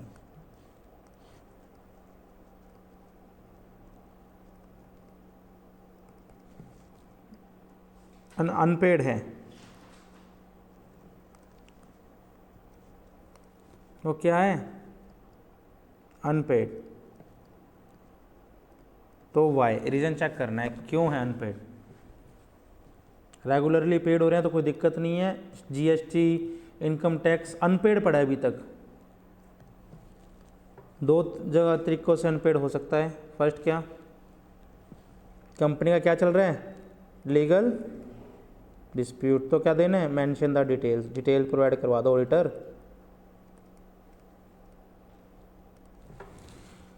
दूसरा क्या, नो लीगल डिस्प्यूट, कोई लीगल डिस्प्यूट नहीं चल रहा, फिर भी क्या है, आउटस्टैंडिंग एरियर्स है।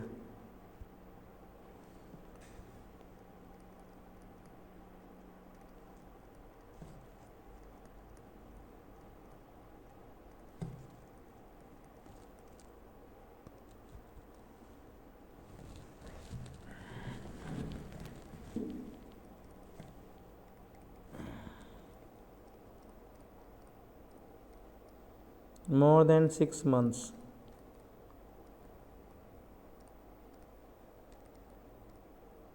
from the date of it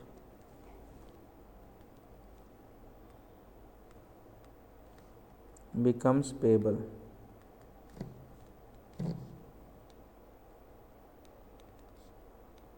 mention details. अगर 6 महीने से ज़्यादा है तो डिटेल्स मान लो within, write down within 6 months,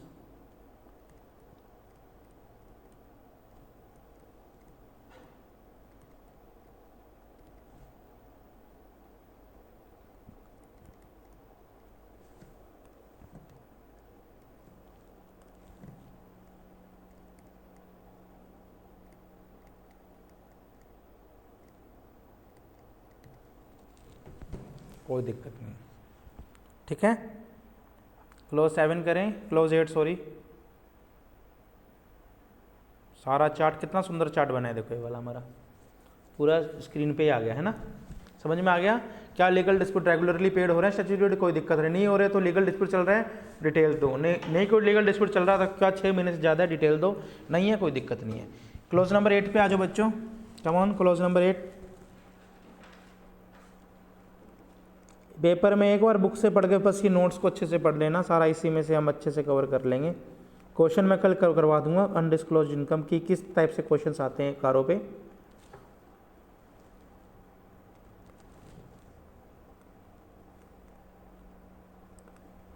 company ने क्या किया,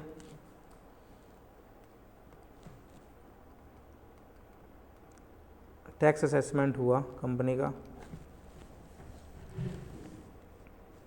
कंपनी ने क्या किया, डिस्क्लोज्ड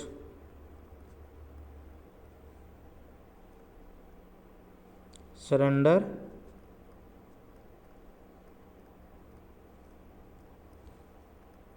अनडिस्क्लोज्ड इनकम। कोई है ही नहीं कंपनी की, कंपनी ने कोई डिस्क्लोज मतलब है ही नहीं, तो ओके कोई दिक्कत नहीं है। यस कंपनी ने कोई डिस्क्लोज किया है टैक्स असेसमेंट के टाइम में कोई अपनी अनडिस्क्लोज्ड इनकम, यस तो क्या, whether previously undisclosed income has been recorded in the books of accounts or not। क्या वो appropriately disclosed हुई है बुक्स ऑफ अकाउंट्स में या नहीं हुई, ठीक है।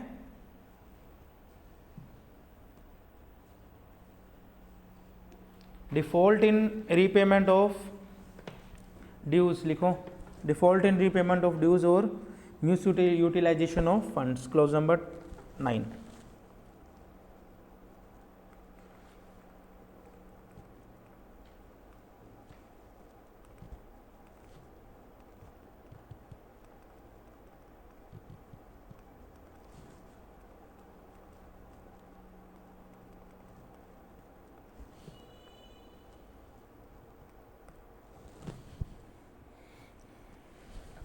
नाइन्थ का ए,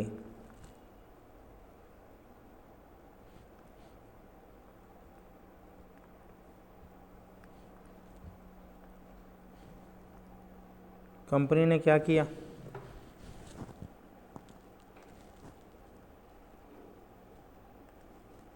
defaults in the repayment of loan and borrowing. Company ने ना लोन एंड बोरोइंग में डिफ़ॉल्ट कर दिया किसी भी लैंडर के साथ, कोई भी हो सकता है वो, like bank, FI etcetera, NBFC, कोई भी कंपनी ने डिफ़ॉल्ट कर दिया पिछले किसी भी साल में। इफ़ यस तो क्या करो, प्रोवाइड द डिटेल्स, बस सिंपल सा।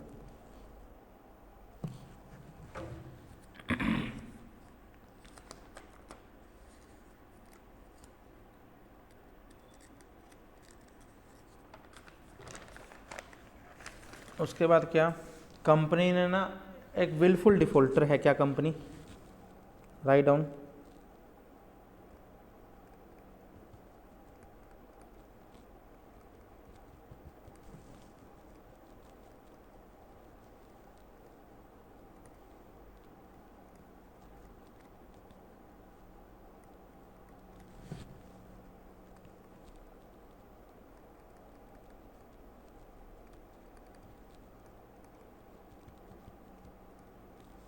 यूटिलाइजेशन ऑफ रिसोर्स लोन्स, क्या अप्लाइड फॉर, जिस टाइप के लिए आपने लोन लिया, सपोज करो मैंने बिल्डिंग के लिए लोन लिया, बिल्डिंग के रेनोवेशन के लिए, क्या उस इसमें लगा है? इफ़ यस कोई दिक्कत नहीं है, इफ़ नो कितना अमाउंट डाइवर्टेड हुआ है एंड किस पर्पज़ के लिए वो यूज़ हुए।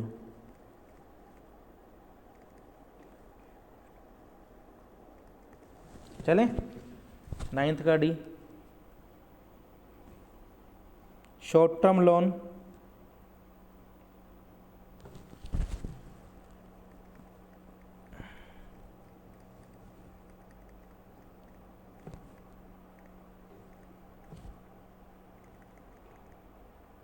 Utilise for purpose of long term, if yes provide details of amount diverted,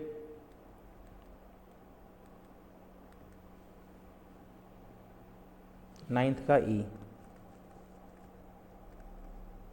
note कर लिया था, कोई बात नहीं, मैं दे दूंगा टाइम आपको। कंपनी ने मार्केट से क्या उठाया? पैसा उठाया, रेज्ड फंड पीके ओवर लिमिटेड से, लेट्स सपोज, और क्या कर दिया, किसको भेज दिया? मीट द ऑब्लिगेशन, किसी की कंपनी को ना पैसा दे दिया, किसको? अपनी खुद की सब्सिडरी को, या अपना खुद के जॉइंट वेंचर को, या फिर अपनी खुद की एसोसिएट कंपनी को। क्या देना पड़ेगा मुझे? डिटेल ऑफ ट्रांजैक्शन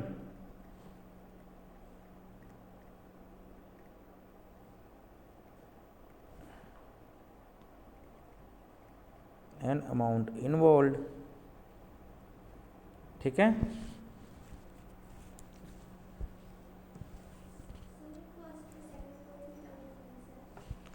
जैसे सपोज करो कंपनी ने पहले क्या किया कि मैंने आपसे पैसे लेने थे, ठीक है, मैंने आपसे पैसे लिए और डिफ़ॉल्ट कर दिया, टाइमली पेमेंट नहीं की। फर्स्ट पॉइंट तो ये हो गया ये। और क्या मैं लगातार हर किसी के साथ ऐसा करता हूँ? क्या मैं बाकी एलेंडर के साथ भी ऐसा करता हूँ? क्या मैं एक विलफुल डिफ़ॉल्टर हूँ? उस पर रिपोर्ट है। आप में आगे समझ, मैंने आपसे मैंने 10 लोगों से पैसे लिए, मैंने आपके साथ डिफ़ॉल्ट कर दिया, मैं कंपनी हूँ, उसकी रिपोर्टिंग करोगे।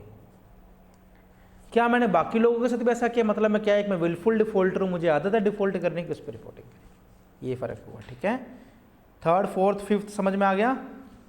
मेरे ख्याल समझाने वाला कोई चीज़ ही नहीं, इसमें रिपोर्टिंग के बारे में ही है। 9th का एफ पे देखो,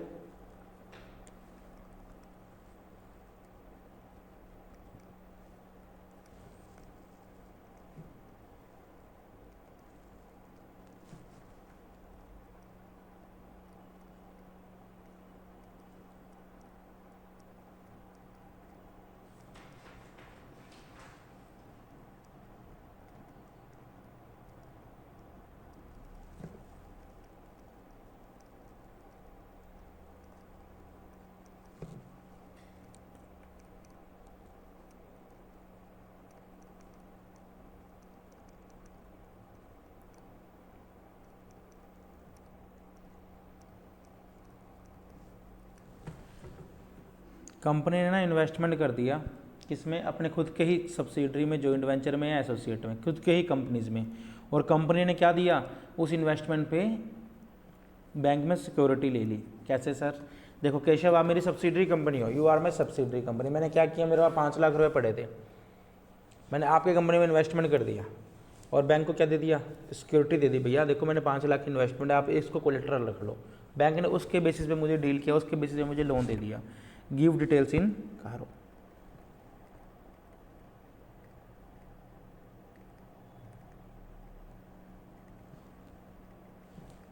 इफ कंपनी may default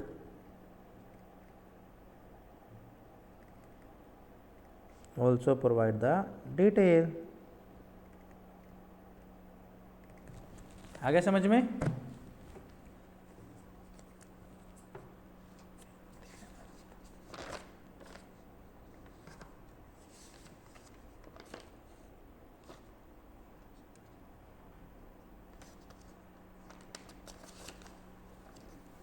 चलें, आ जाओ। अब सारे के सारे क्लोज कंप्लीट, यहाँ तक एक बार पढ़ो, फिर मैं क्लोज नंबर 10 करवाता हूँ आपको। थोड़ा जल्दी पढ़ना प्लीज़।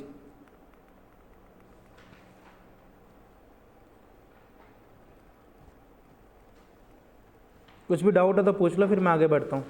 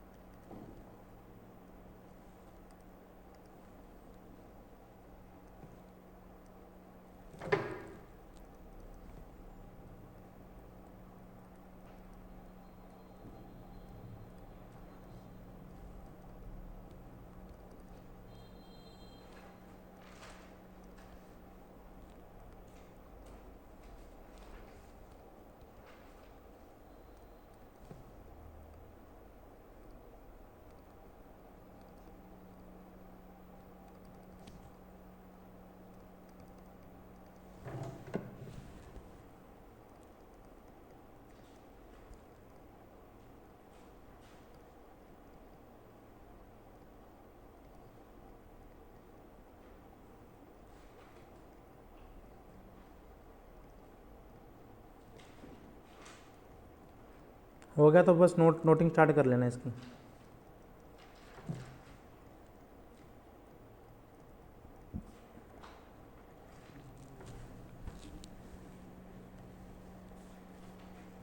मेरे को बताओ कहाँ क्या क्या रहेगा केशव आपका।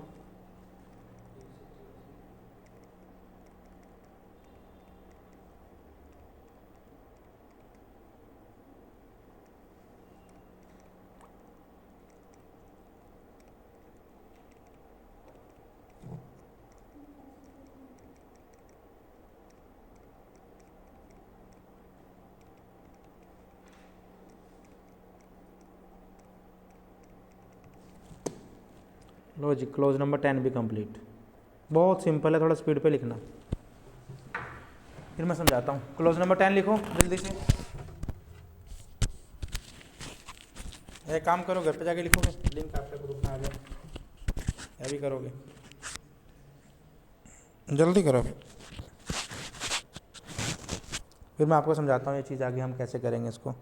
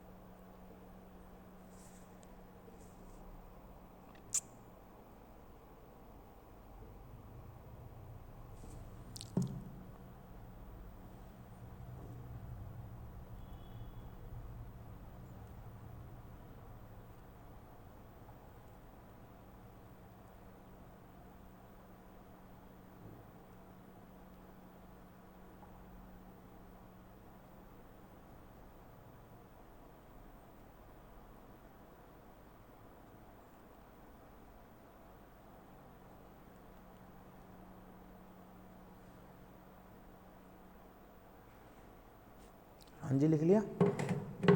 एक होता है पब्लिक ऑफर, एक होता है प्राइवेट प्लेसमेंट। पब्लिक ऑफर मतलब जहाँ से कंपनी पैसा इकट्ठा करते हैं पब्लिक से, ये दो तरीके के होते हैं, that is IPO and FPO, initial public offer and further public offer. इसमें क्या होता है, शेयर्स और डेट इंस्ट्रूमेंट इशू करती है कंपनी, इसके बदले में कंपनी को पैसा दिया जाता है।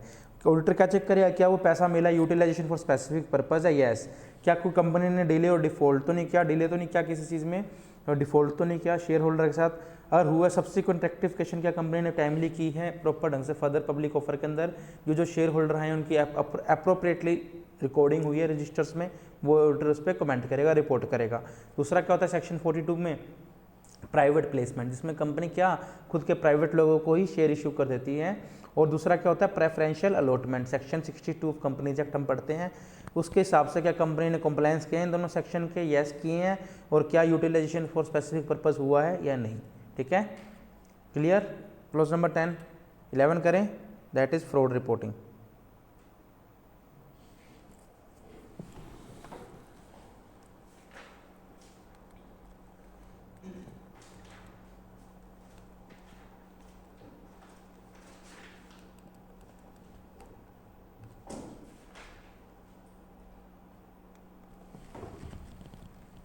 ठीक है,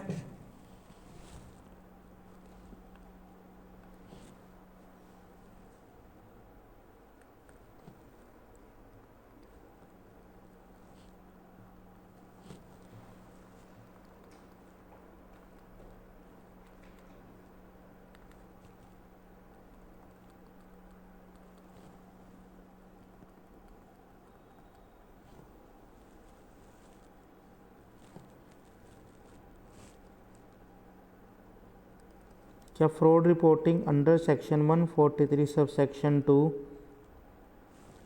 to the central government to be mentioned in CARO, कारों में मेंशन करना ही पड़ेगा।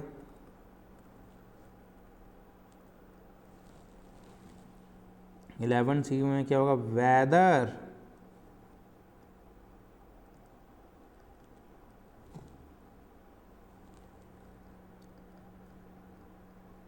विसल ब्लोअर्स कंप्लेंट्स, क्या होता है, सुना है कभी वर्ड विसल ब्लोअर, लो में पढ़ते हैं हम टर्म्स को, क्या वो अप्रोप्रिएटली कवर्ड हुई है बीन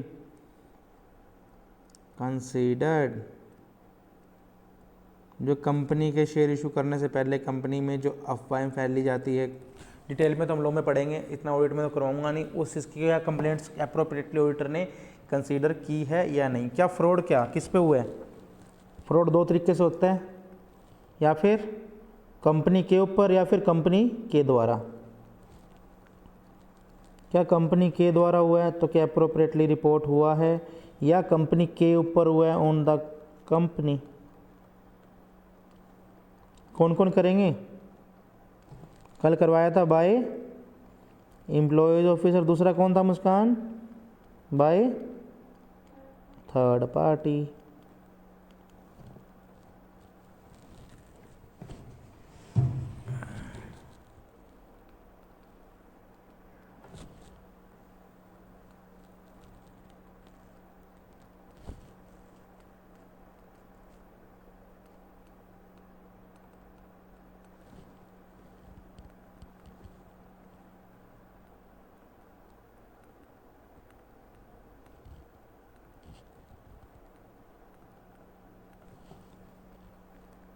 क्या ऑडिटर ने वो नोटिस किए हैं फ्रॉड दोनों पे कंपनी पे जो हुए हैं और नहीं, आइडेंटिफाइड बाय द ऑडिटर, क्या ऑडिटर ने खुद आइडेंटिफाई किए हैं।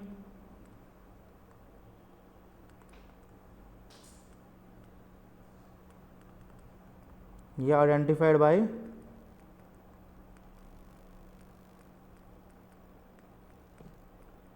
Another person, reported by auditor. क्या ऑडिटर ने रिपोर्ट किए हैं या बाय अदर पर्सन, किसी और पर्सन ने रिपोर्ट किए हैं। कब,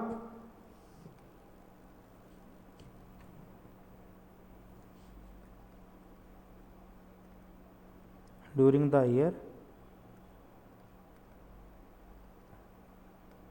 रिपोर्ट इन कारो, यस। ये क्लोज भी ख़त्म, बहुत सिंपल था ये भी। पूरा ये आपको बुक में सेंटेंस में मिलेगा, मैंने पूरा तोड़ के करवा दिया आपको ये क्लोज।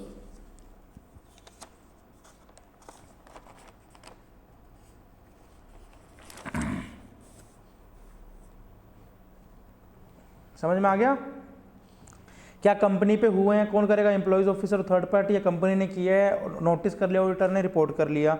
नोटिस क्या ऑडिटर ने खुद ने किए हैं या किसी और ने किए हैं, या रिपोर्ट ऑडिटर ने खुद ने किया किसी और ने किया है, ये सारे का सारे कारों के अंदर चला जाएगा। दूसरा क्या, फ्रॉड का प्रॉपर 143 अंडर सबसेक्शन 12 के अंदर जो हुआ था वो रिपोर्ट हुए, वो कारों में डिटेल चली जाएगी।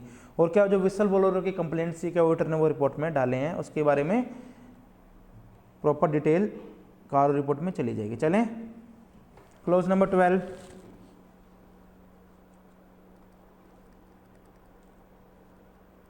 क्या चीज?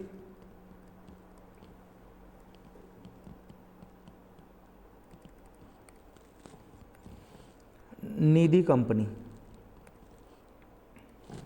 आजकल तो इसका ट्रेंड ही खत्म होगा निधि कंपनी, पुराने टाइम में होता था, पहले होती थी चीज़ ये। अगर कोई कंपनी निधि कंपनी है तो उसका minimum solvency ratio, that is solvency ratio क्या होता है? नेट ओन्ड फंड, खुद के फंड डिवाइड बाय डिपॉजिट्स। क्या 1:20 है? मिनिमम इतना होना चाहिए, रिपोर्ट करो।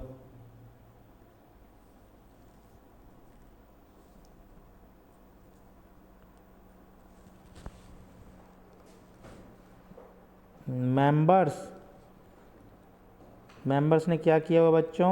डिपॉजिट्स, क्या चीज़? 10% ऑफ एफडी, किसमें?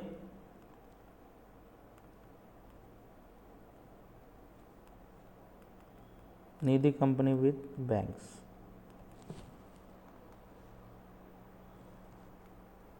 उसकी रिपोर्टिंग करो। Default in repayment of interest on deposits और रीपेमेंट्स, उसकी रिपोर्टिंग करो। ये सारा कुछ हुआ है इफ़ यस, ये तीनों सिचुएशन सारी की सारी इफ़ यस, तो प्रोवाइड डिटेल्स इन कारो।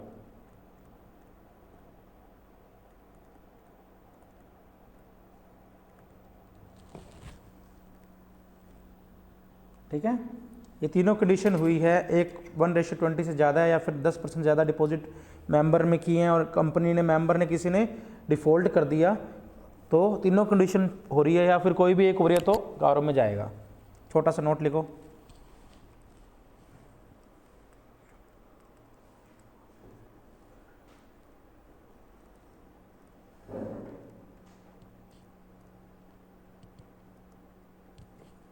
निधि company defaulted in repayment of loan. क्या होगा बच्चों? Clause 9 is not applicable. Class आज की यहीं तक कंटिन्यू रखें या और करवाऊँ? क्योंकि अभी मेरी और अराउंड 1 आवर की क्लास और बची है। मैस हो जाएगा मुझे पता है।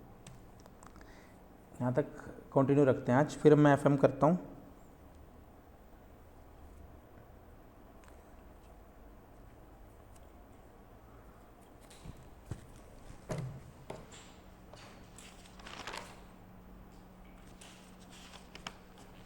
कल क्या करेंगे?